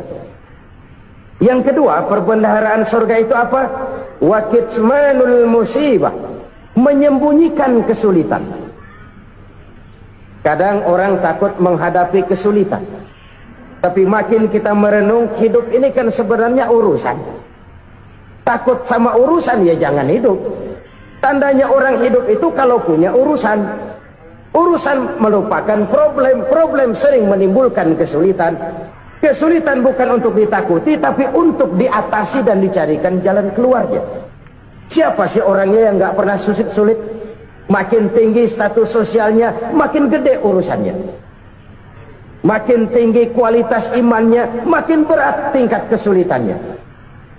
Cuma memang yang namanya enak itu seperti pelangi. Biang lala itu nggak pernah di atas kepala kita, di atas kepala orang melulu. Lu sih enak lu, kata kita. Dia juga bilang yang enak kan lu. Pelangi itu nggak pernah di atas kepala kita. Kata tukang beca, aduh enak ya naik Mercy. Kata tukang beca, apa yang di dalam mobil Mercy? Aduh enak bener tukang beca, di jok ngeringkuk ngorok pulas bener. Saya kamar pakai AC sejuk, tempat tidur sutra empuk, alga spring bed, kulak kulik nggak bisa pulas kalau belum minum Valium, belum tidur. Enak bener tukang beca, di jok ngorok nggak tahu wetan kulon. Si tukang beca bilang yang di Mercy enak, yang di Mercy bilang tukang beca enak. Inilah enak, nggak pernah di atas kepala kita, di atas kepala orang lain melulu enak itu. Nah, saudara-saudara, yang merupakan perbendaharaan surga itu orang yang bisa menyembunyikan kesulitan, baik pribadi ataupun rumah tangga. Nih terutama rumah tangga yang jadi soalnya. Kadang-kadang kita ini kalau senang, sebaliknya kalau senang kita diam, kalem aja, cuek. Banyak banget duit kita bawaan, diam aja udah. Malah ketemu orang takut. Tapi begitu susah, sekampung tahu. Padahal Nabi mengajarkan perbendaharaan surga itu menyembunyikan musibah, menyembunyikan kesulitan. Kalau enak, cerita sama orang-orang. Kalau nggak enak, rasain sendiri, tekan sendiri, atasin sendiri. Kita kan sebaliknya. Tenang kita diam, asal lagi susah, paling tidak kita nyari teman buat cerita kesusahan. Siapa orangnya yang nggak pernah susah? Cuma soalnya bagaimana kita mengatasi kesusahan itu sendiri. Begitu juga misalnya kalau orang sudah berumah tangga, itu orang tuanya harus menjadi tempat dia cerita yang enak-enak saja. Yang nggak enak rasain berdua, selesaikan berdua, atasin berdua. Jangan dibalik. Asal senang diam, giliran susah saja. Maknya laporan. Terbalik, bisa menjaga security informasi. Maka nama bayam keluar diam, malah seluitan. Enak amat lu makan daging ayam. Security informasi. Saudara-saudara kaum muslimin rahimakumullah, ujian yang terberat itu yang pernah diberikan kepada para nabi, para rasul, para aulia, para ulama. Makin tinggi keimanan, makin berat bentuk kesulitan. Ayo saya kemukakan satu contoh saja. Ada seorang nabi yang kaya, nabi kaya, namanya Nabi Ayub. Iblis kalau orang begini kan keki, ibadahnya rajin, kaya. Nih yang kayak begini susah digodain. Kalau ibadahnya rajin, miskin, enggali bisa disogok. Sini imannya mantap, ibadahnya rajin, kaya, nabi lagi. Oh, tapi namanya iblis, nggak kurang akal. Laporan, Tuhan, kenapa Les? Ya ini bahasa saya, bahasa Qur'annya sih nggak gitu. Itu hambamu yang namanya Ayub, dia rajin ibadah cuma karena dikasih kaya aja. Coba kasih miskin dia, berhenti dia sembahyang. Ah, kamu bisa aja. Saya tahu Ayub itu hambaku yang ikhlas. Saya buktiin Tuhan, silahkan. Dibuktiin lah, iblis turun ke alam ini. Yang mula-mula dia lakukan, dia rusak sawah ladang Nabi Ayub. Dia binasakan binatang ternak Nabi Ayub. Sehingga dalam waktu singkat, jatuhlah Nabi Ayub dari orang paling kaya jadi orang paling miskin. Beliau masih ibadah di mihrab dalam masjid. Datang iblis. Saudara Ayub, ya, lagi ngapain? Ibadah. Nyembah Allah, nyembah Allah. Oh, percuma. Kenapa? Tuhan yang ente sembah nih, dia udah bikin miskin ente. Sawah ladang ente hancur lebur, binatang ternak binasa. Sekarang ente jadi orang paling miskin. Ngapain nyembah Tuhan kayak begitu? Tekor. Udah berhenti dah ibadah, berhenti ibadah. Ini iblis sama Tuhan lapornya lain, yang dikerjakan kepada Nabi Ayub juga lain. Benar begitu iblis, kata Nabi Ayub. Iya, sawah ladang saya habis buras, binatang ternak saya binasa, binasa. Saya miskin, bangpak. Apa jawab Nabi Ayub? Bukan innalillahi, ini hebat. Alhamdulillahillazi a'tani wa akhza minni. Segala puji bagi Allah yang telah memberikan harta kepada saya dan sekarang mengambilnya lagi. Alhamdulillah. Allah yang ngasih, Allah yang ambil. Itu mah urusan Allah. Iblis cuman ibadah jalan terus, sujud lagi Nabi Ayub. Iblis seleher gondok banget. Dasar Nabi nggak mempan dia apa-apain. Miskin malah alhamdulillah. Allah yang ngasih, Allah yang ngambil. Jadi kalau kita tidak komit, kita tidak terikat kepada kaya, miskin, senang, susah, apa yang bisa bikin kita susah? Jadikan kekayaan, kemiskinan, jadikan senang, susah sebagai anak buah yang bisa kita atur. Jangan kekayaan ngatur kita, jangan kemiskinan ngatur kita. Kita yang harus mengatur mereka. Senang, susah, kaya, miskin, bahagia, sengsara, jadikan itu anak buah yang bisa kita atur. Kalau sekarang kita kaya, lain saat boleh jadi kita miskin, semiskin-miskinnya. Allah yang ngasih, Allah yang ngambil. Tenaga mana yang bisa menghalangi? Ibadah jalan terus. Iblis makin gondok. Dasar Nabi loh. Akhirnya apa? Nabi Ayub dikerjain, diberikan penyakit. Demikian fatal penyakitnya. Bayangin, udah miskin sakit. Masya Allah. Miskin sakit. Sakitnya nggak lama, kira-kira 16 tahun. Istrinya 3, 2 mental minta ceraiin. Ngerawatin laki bengek begini. Senang belum tentu, susah udah pasti nih. Cerai aja, cerai dah. Cerai. Tinggal satu Siti Rahmah yang setia menemani beliau. Sesetia-setianya hati perempuan. Satu saat Siti Rahmah bilang, "Bang, iya, abang kan Nabi bang.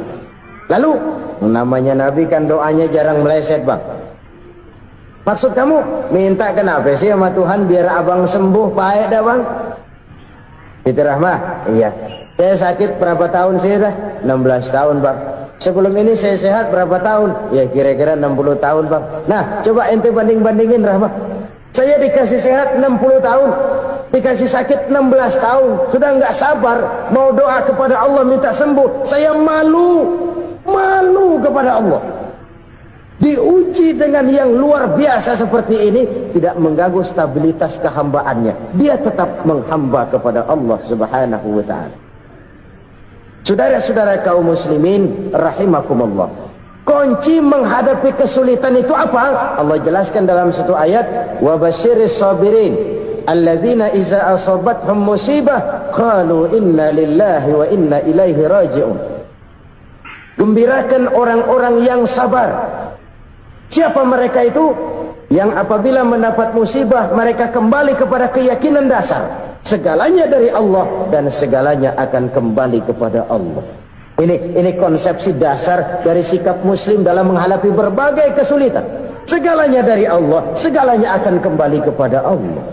Kalau ini sudah kondisi dasarnya, maka kita akan lapang menghadapi kenyataan bagaimanapun pahitnya. Apakah itu namanya miskin, apakah itu namanya sakit, bahkan maut sekalipun. Maut sekalipun.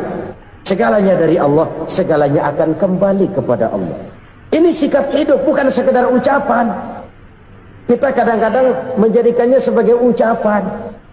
Mulutnya sehingga berhenti, innalillahi wa inna ilaihi rajiun, tapi nangisnya terus gerung-gerungan.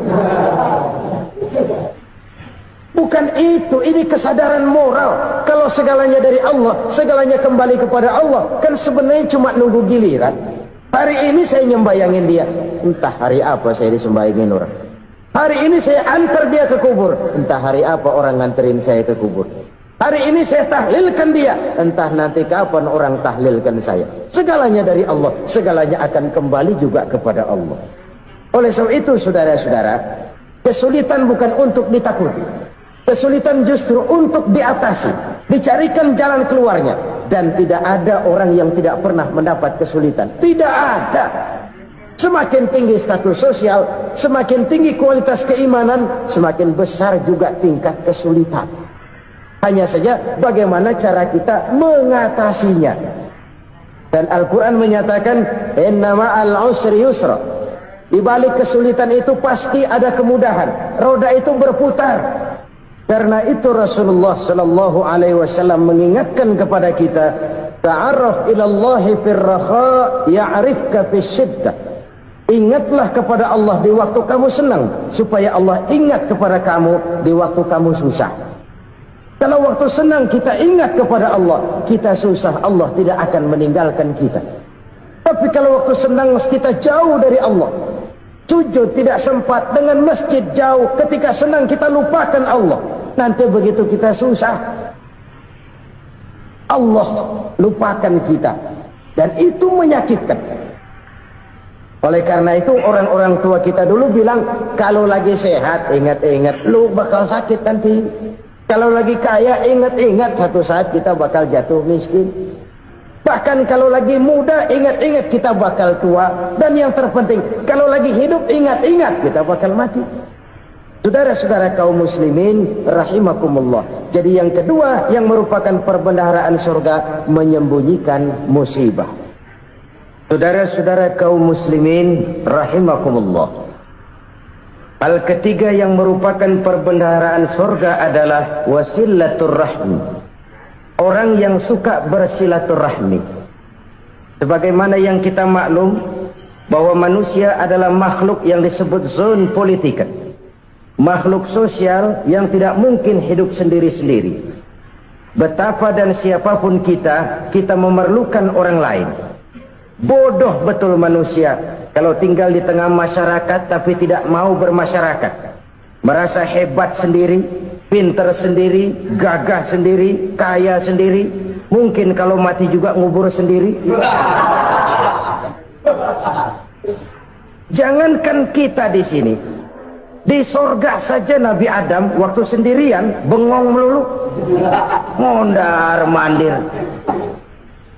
Allah tegur dalam sepi dam. Ya ini kalau bahasa saya. Iya Tuhan, sepi ini nggak ada colek-colekan pisan ini. Diciptakan Siti Hawa baru anteng Nabi Adam. Itu di surga. Cobalah. Umpamanya saudara tinggal di Jakarta nih. Kayak bener. Apaan aja di Jakarta punya saudara dah. Jembatan Semanggi ambil. Monas buntel bawa pulang. Hotel-hotel ambil semua. Cuman tinggal di Jakarta sendirian, apa enaknya? Betapa dan siapapun kita perlu orang lain. Tidak ada seorang pun yang bisa memenuhi kebutuhan hidupnya secara sendiri-sendiri.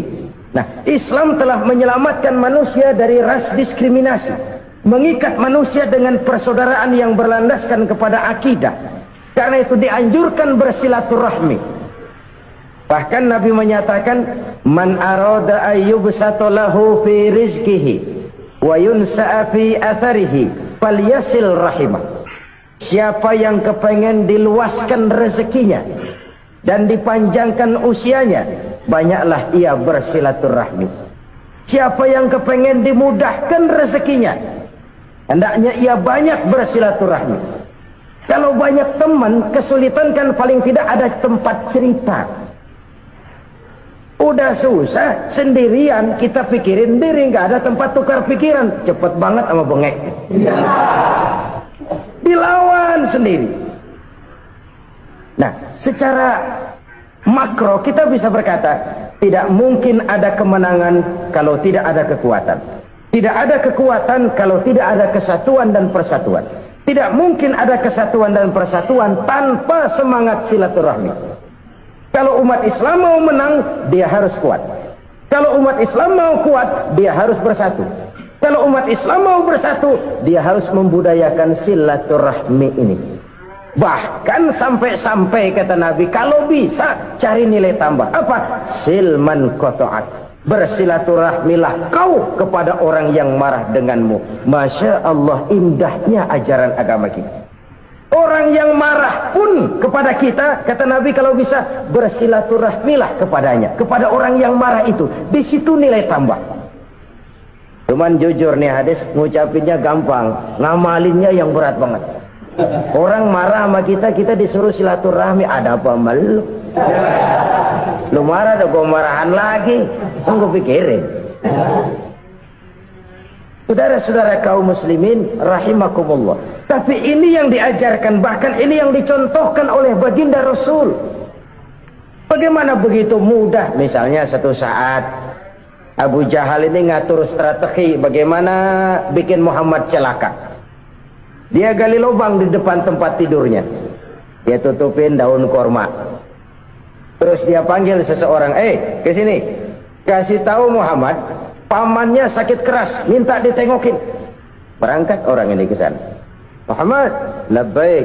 Pamanmu sakit keras, dia minta ditengokin. Baik, saya akan datang menjenguk beliau. Berangkatlah Nabi ke rumah Abu Jahal tanpa prasangka apapun. Abu Jahal udah pasang stil, selimut 3 rangkap setengah dipakai, persis kayak orang meriang. Tapi sembari ngintip dari balik selimut, begitu Muhammad buka pintu, nah masuk perangkap nih. Muhammad jalan menuju tempat pembaringan. Makin lama makin dekat, makin lama makin dekat, makin dekat ke lubang yang dipasang oleh Abu Jahal itu. Dalam hati Abu Jahal, terus dah jatuh, mampus dah lo ini. Mampus lo hari ini nih. Apa yang terjadi? Malaikat Jibril datang. Muhammad, pamanmu cuma pura-pura sakit. Di depan tempat tidurnya ada lubang perangkap supaya kamu jatuh ke situ. Udah, kamu pulang. Balik kanan Nabi. Sudah hampir jatuh ke lubang, balik kanan, pulang. Bayangin kecewanya Abu Jahal. Muhammad dikit lagi, Muhammad dikit lagi. Enggak paman, saya pulang aja. Emosi bangun dari tempat tidur, enggak sadar kalau lagi pura-pura sakit. Lompat ngejar Nabi, dia lupa dengan lubang yang dia gali. Serak, nyemplung sendiri ke dalam lubang.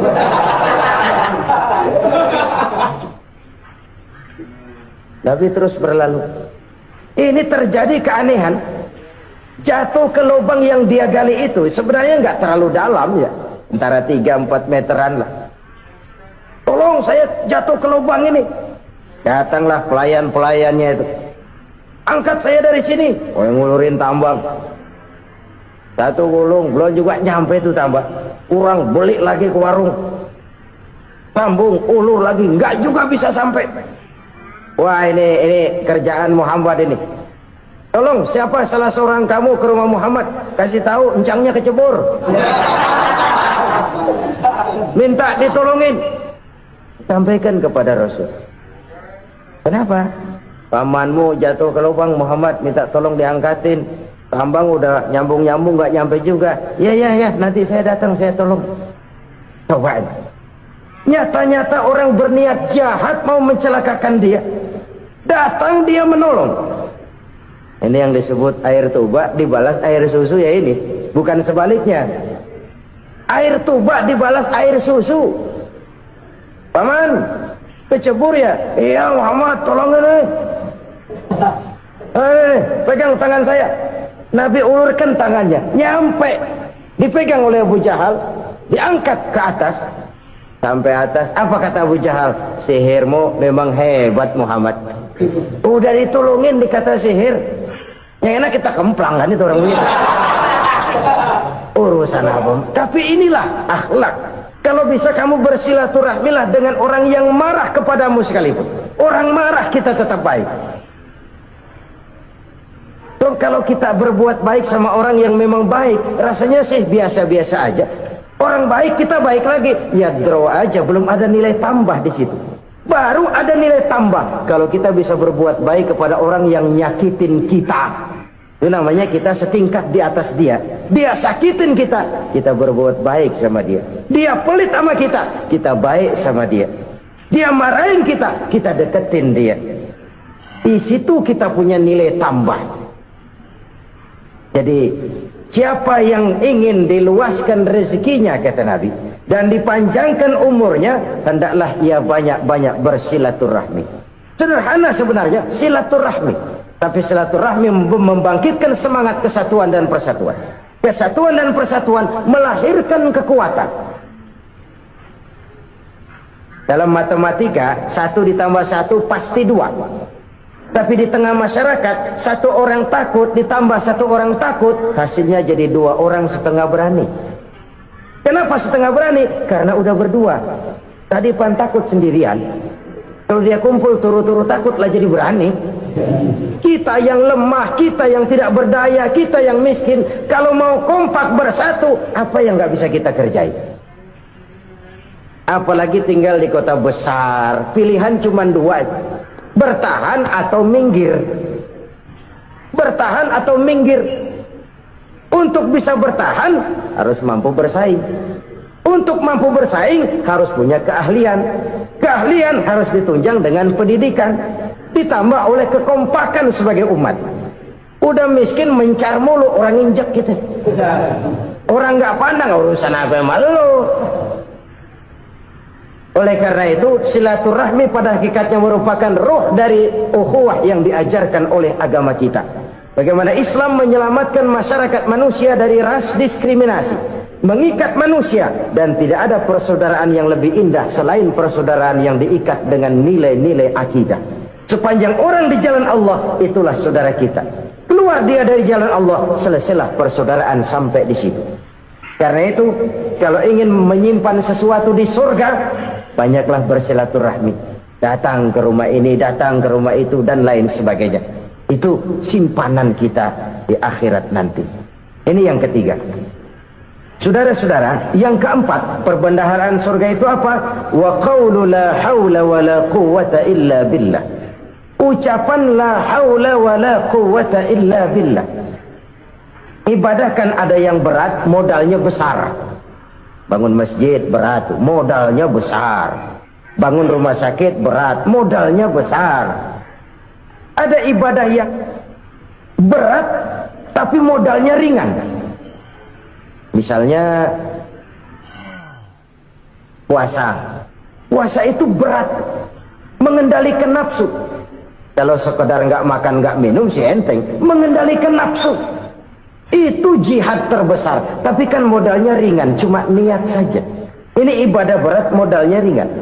Ada ibadah yang ringan, modalnya juga enteng, seperti termasuk ucapan la haula wa la quwwata illa billah. Tanpa sadar, la haula wa la quwwata illa billah, nyelengin tuh di surga. Nyelengin, kita nggak terasa, nyelengin simpenan akhirat. La haula wa la quwwata illa billah, nyimpan lagi. Kaget, la haula wa la quwwata illa billah, nyimpan lagi, banyak simpanan. Walaupun sebenarnya yang dimaksud di sini adalah kesadaran batin bahwa tidak ada daya dan kekuatan kecuali Allah. Itu intinya. Kita memulai pekerjaan disunahkan baca bismillah, kan begitu. Apa itu? Kesadaran moral. bahwa ini saya bisa kerjakan, saya kerjakan ini dengan menyebut nama Allah. Kenapa? Kalau Allah tidak memberikan daya dan kekuatan, mana mampu saya kerjakan ini. Maka saya kerjakan ini dengan menyebut nama Allah. Bismillah. Kesadaran moral. Manusia hanya wajib berusaha, tapi nggak pernah wajib berhasil. Banyak hal-hal yang kalau kita renungkan secara rasio nggak mungkin, tapi jadi kenyataan. La haula wala quwata illa billah. Tidak ada daya dan kekuatan kecuali bagi Allah semata. Subhanallah, sungguh luar biasa apa yang sudah disampaikan oleh guru kita almarhum Kiai Haji Zainuddin MZ. Sahabat beriman yang dirahmati Allah, tetaplah di channel ini karena kajian ini belum selesai dan masih banyak hal-hal menarik yang akan disampaikan oleh guru kita almarhum Kiai Haji Zainuddin MZ. Maka dari itu tetaplah di sini dan mari kita lanjutkan kembali. Selamat mendengarkan. Kesadaran moral akan kelemahan dan keterbatasan makhluk bernama manusia. Kadang kita kagum dengan otak, tapi kita sering lupa sama yang bikin otak. Padahal bagaimanapun hebatnya otak, yang bikin otak pasti lebih hebat dari otak. Nggak percaya, silahkan otak-otakan. Inilah kecenderungan. Kita kagum dengan pesawat-pesawat mutakhir, bukan main, besi gede banget terbang itu. Alangkah hebatnya. Lalu apa yang bikin otak tidak lebih hebat dari itu semua? Kita puji laut, apa yang bikin laut tidak lebih hebat dari laut itu? La haula wala quwata illa billah. Tidak ada daya dan kekuatan kecuali Allah. Apa yang bisa kita lakukan kalau tidak karena daya dan kemampuan yang diberikan oleh Allah kepada kita?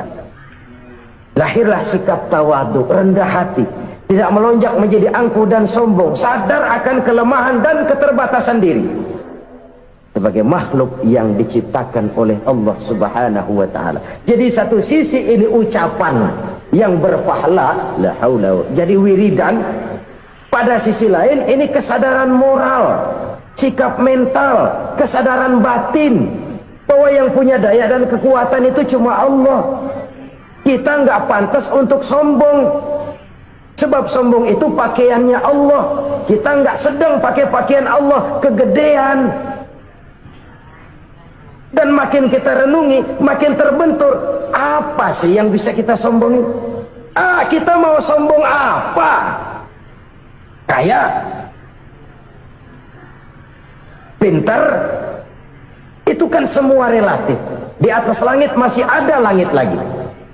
Jadi oleh karenanya, marilah kita menyadari. Manusia hanya wajib berusaha, tapi tidak pernah wajib berhasil. Yang berusaha saja tidak wajib berhasil, apalagi yang tidak berusaha. Islam bukan agama orang pemalas yang selesai sholat lalu endelohom, nggelenggem ayem-ayem. Tapi Islam bukan agama orang sombong yang setelah berusaha lalu tidak memerlukan Allah. Kita bisa saja bikin proyeksi, tahun sekian kita bakal panen besar menurut perhitungan otak. Tapi ada kejadian lain. Apa? Tikus ngambek. Habis itu dimakanin tikus, panen gagal. Proyeksi rasional gagal oleh tikus-tikus yang ngambek itu. Bisa saja terjadi. Tahun depan kita panen besar, urung. Kenapa? Musim panas panjang. Lalu sekarang ini koran-koran bikin berita musim mengalami penyelewengan. Bukan cuma manusia yang nyeleweng sekarang. Musim pakai nyeleweng. Mestinya kan musim hujan udah selesai, masih hujan-hujan juga. Musim. Nah sekarang kita boleh bikin proyeksi, kita bakal panen besar. Tahu-tahu musim panas panjang, sawah retak, air kering. Cari teknokrat yang paling botak, suruh pendekin tuh musim panas. La haula wala quwata illa billah.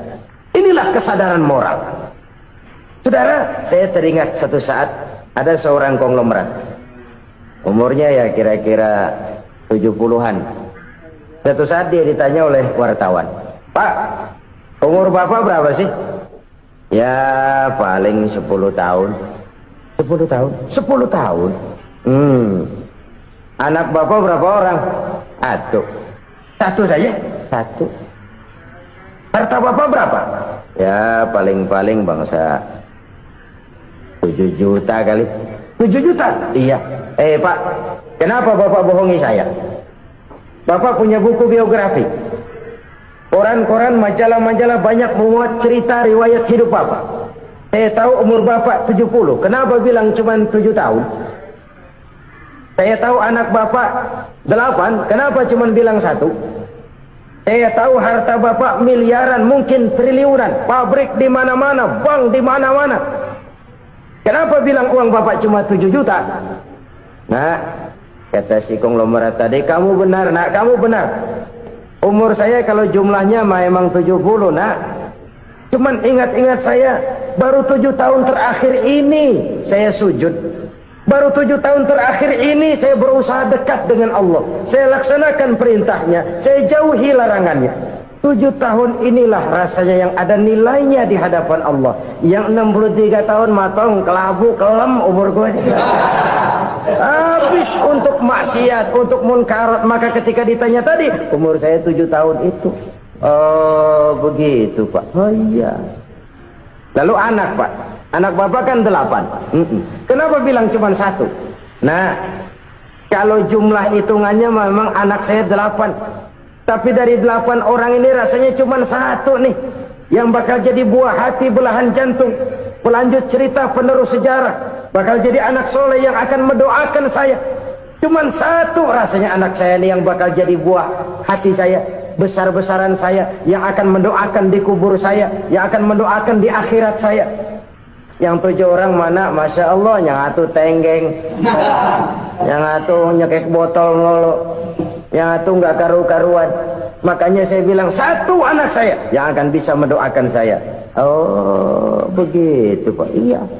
Nah, harta Pak, harta bapak kan triliunan, pabrik bapak di mana-mana, uang bapak hampir di tiap bank-bank besar. Kenapa bilang cuma 7 juta? Betul kau nak. Harta saya kalau jumlahnya memang miliaran, triliunan mungkin. Tapi yang saya ingat baru 7 juta tuh yang saya belanjakan di jalan Allah.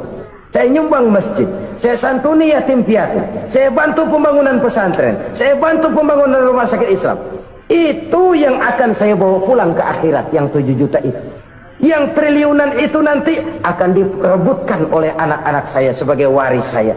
Jadi harta saya 7 juta itu yang bakal nemenin saya di akhirat, yang akan saya bawa pulang jadi teman saya. Saudara-saudara kaum muslimin, jangan-jangan orang tua itu adalah kita-kita ini. Jangan-jangan kita-kita ini adalah orang tua itu. Jangan-jangan itu potret dari diri kita masing-masing. Dari sekian umur yang diberikan Allah, berapa tahun yang ada nilainya di hadapan Allah? Dari sekian anak-anak yang merupakan amanah, berapa yang akan mendoakan kita sebagai orang tuanya menjadi anak soleh? Dari sekian banyak harta yang diberikan Allah, berapa yang akan kita bawa pulang menghadapnya nanti, yang kita belanjakan di jalan Allah? Ini sebuah potret kehidupan. Karena itu kita kembali kepada la haula wa la quwwata illa billah.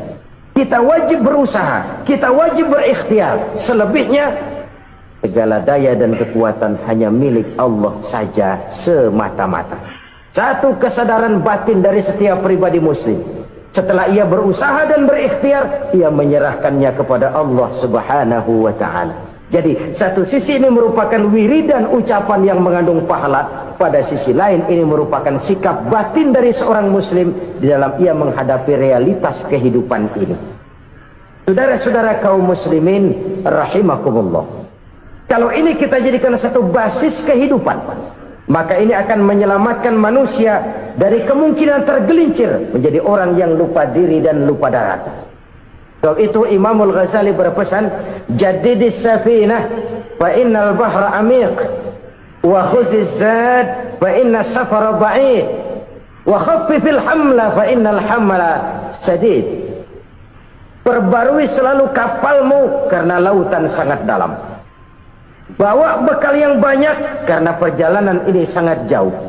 Ringankan beban karena kebanyakan beban akan menyakitkan.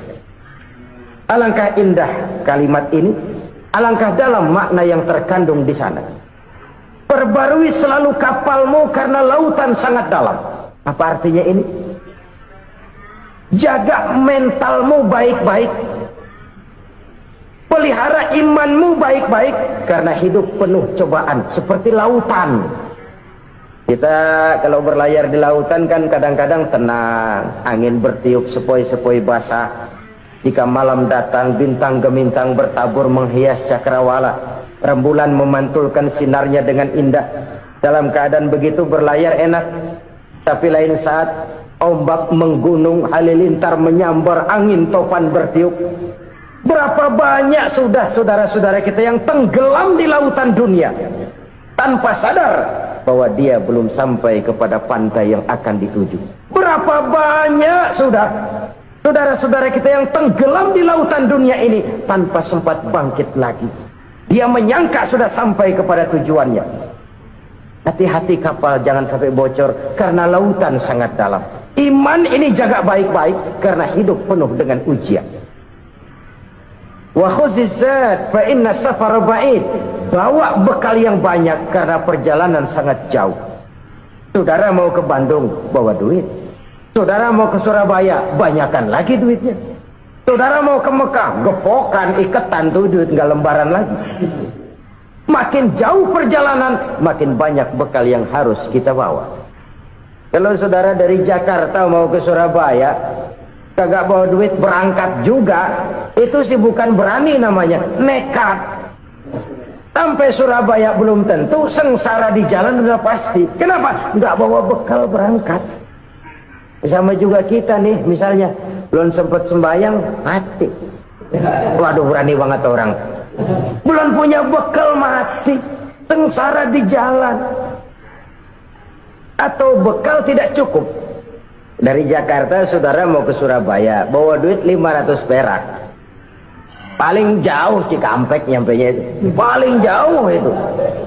Antara jauhnya perjalanan dengan bekal yang saudara bawa tidak seimbang. Hidup ini perjalanan panjang. A walking tour. Dimulai dari alam arwah. Sebelum jasad diciptakan, roh diciptakan lebih dulu. Dari situ pindah ke alam rahim. Dari alam rahim pindah ke alam dunia. Dari alam dunia pindah ke alam barzah. Baru menuju akhirat. Satu perjalanan panjang. Kalau bekal tidak bawa, sengsara di jalan.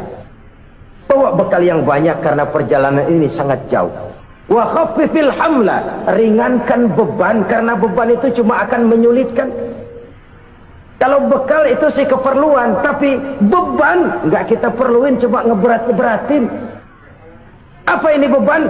Dosa, kecurangan, kebatilan, kesoliman, ketidakadilan, kesewenang-wenangan. Itu akan jadi beban kita di akhirat. Alangkah celakanya, perjalanan panjang, bekal tidak bawa, beban kelewat banyak, alamat sengsara di jalan. Pahala tidak ada, dosa berlipat ganda. Na'udzubillah, summa na'udzubillah. Kalau kita rangkum nasihat Al-Ghazali dengan kisah si konglomerat tadi, kita akan mengambil kesimpulan. Pertama, bekal terbaik dalam menghadapi gejolak kehidupan ini tidak lain adalah iman. Yang kedua, pahala dan dosa. Dua hal kontroversial. Pahala adalah bekal, dosa adalah beban. Tapi kita sekarang kan tidak begitu terangsang kepada yang abstrak. Orang berlomba mencari yang konkret-konkret saja, yang real. Kalau memang dosa, benjol dong, kira-kira begitu. Kira-kira begitu. Persis orang Yahudi dulu. Orang Yahudi itu kan pernah minta kepada Nabi Musa, Ya Musa, lan nu'mina laka hatta narallaha jahrah. Musa, kami nggak bakal mau beriman kepada Allah kalau belum kami lihat Allah ada nongkrong di depan kami. Kalau memang Tuhan ada, taruh dong di depan kami. Mau yang konkret-konkret saja. Kalau memang dosa, benjol dong. Kalau memang pahala, berasa dong. Orang terangsang kepada yang real, yang konkret-konkret saja. Karena itu, untuk mengejar dosa, orang mau bayar. Tapi untuk mengejar pahala, walaupun tidak bayar, orang segan. Ini yang dikatakan oleh Nabi, kamu mengharapkan ke surga tapi kamu berat melaksanakan sesuatu yang bisa membawa kamu ke surga. Kamu ingin jauh dari neraka, tapi tiap saat kamu lakukan perbuatan-perbuatan yang justru menjerumuskan kamu ke neraka. Idda'aitum an-najata minan nar wa ramaitum fiha anfusakum. Kamu ingin selamat dari neraka, tapi kamu lemparkan diri kamu ke neraka. Kamu ingin masuk surga, tapi berat sekali kamu melakukan perbuatan-perbuatan yang bisa menyampaikan kamu di surga. Saudara-saudara kaum muslimin rahimakumullah. Jadi hal keempat yang merupakan perbendaharaan surga adalah la haula wa la quwwata illa billah. Satu sisi ini merupakan ucapan yang memperberat timbangan akhirat. Pada sisi lain ini merupakan sikap hidup seorang muslim. Kesadaran batin yang sangat dalam bahwa tidak ada daya dan kekuatan kecuali Allah. Dan itu kita simbolkan pada saat memulai pekerjaan dengan Bismillah, dengan menyebut nama Allah. Satu kesadaran moral, saya hanya bisa melakukan ini karena diberikan daya dan kekuatan oleh Allah. Lahirlah sikap tawadu, rendah hati, tidak melonjak menjadi angkuh dan sombong. Saudara-saudara, sampai sini dulu jumpa kita kali ini. Semoga 4 perbendaharaan surga ini dapat kita lakukan, yang kelak akan merupakan bekal kita di kemudian hari nanti. Amin ya rabbal alamin. Terima kasih atas segala perhatian, mohon maaf atas segala kekurangan. Usikum wa iyaya bitaqwallah. Wassalamu alaikum warahmatullahi wabarakatuh. Waalaikumsalam warahmatullahi wabarakatuh. Alhamdulillahirrabbilalamin. Itulah tadi tausiah yang sangat luar biasa yang disampaikan oleh guru kita almarhum Kiai Haji Zainuddin MZ. Tentunya banyak sekali hikmah dan manfaat yang bisa kita petik. Sahabat beriman yang dirahmati Allah, mari kita doakan guru kita, semoga beliau diampuni segala dosa-dosanya dan dilapangkan kuburnya. Amin ya rabbal alamin. Dan buat sahabatku semua yang sudah setia menonton video ini sampai selesai, saya ucapkan terima kasih banyak. Semoga Allah Subhanahu wa Ta'ala senantiasa selalu melimpahkan rahmat dan karunia-Nya kepada sahabatku semua. Selalu diberikan kesehatan, diberikan kemudahan, dan dilancarkan rezekinya. Amin ya rabbal alamin. Baiklah, untuk hari ini cukup sampai di sini dulu. Sampai bertemu lagi di kajian berikutnya. Wabillahi taufiq wal hidayah, waridha wal inayah. Assalamualaikum warahmatullahi wabarakatuh. Setelah kita mendengarkan bersama kajian penuh ilmu, penuh hikmah dan manfaat yang sudah disampaikan oleh guru kita Al-Maghfurullah Kiai Haji Zainuddin MZ, sekarang mari kita lanjutkan aktivitas kita masing-masing. Saya doakan semoga sahabat semua selalu diberikan kesehatan, kemudahan dan kelancaran. Amin ya rabbal alamin. Sampai bertemu lagi di video Samudra Doa berikutnya. Assalamualaikum warahmatullahi wabarakatuh. Assalamualaikum warahmatullahi wabarakatuh. Alhamdulillahirrabbilalamin. Wassalatu wassalamu ala ashrafil anbiya'i wal mursalin Sayyidina Muhammadin wa ala alihi wa sahbihi ajma'in. Amma ba'du. Sahabat beriman yang dirahmati Allah, alhamdulillah kita bertemu lagi di channel ini. Doa dan harapan saya semoga sahabatku semua selalu diberikan kesehatan, dimudahkan segala urusannya, dan dilancarkan rezekinya. Amin ya rabbal alamin. Pada kesempatan yang berbahagia ini, saya mengajak sahabatku semua untuk mendengarkan tausiah yang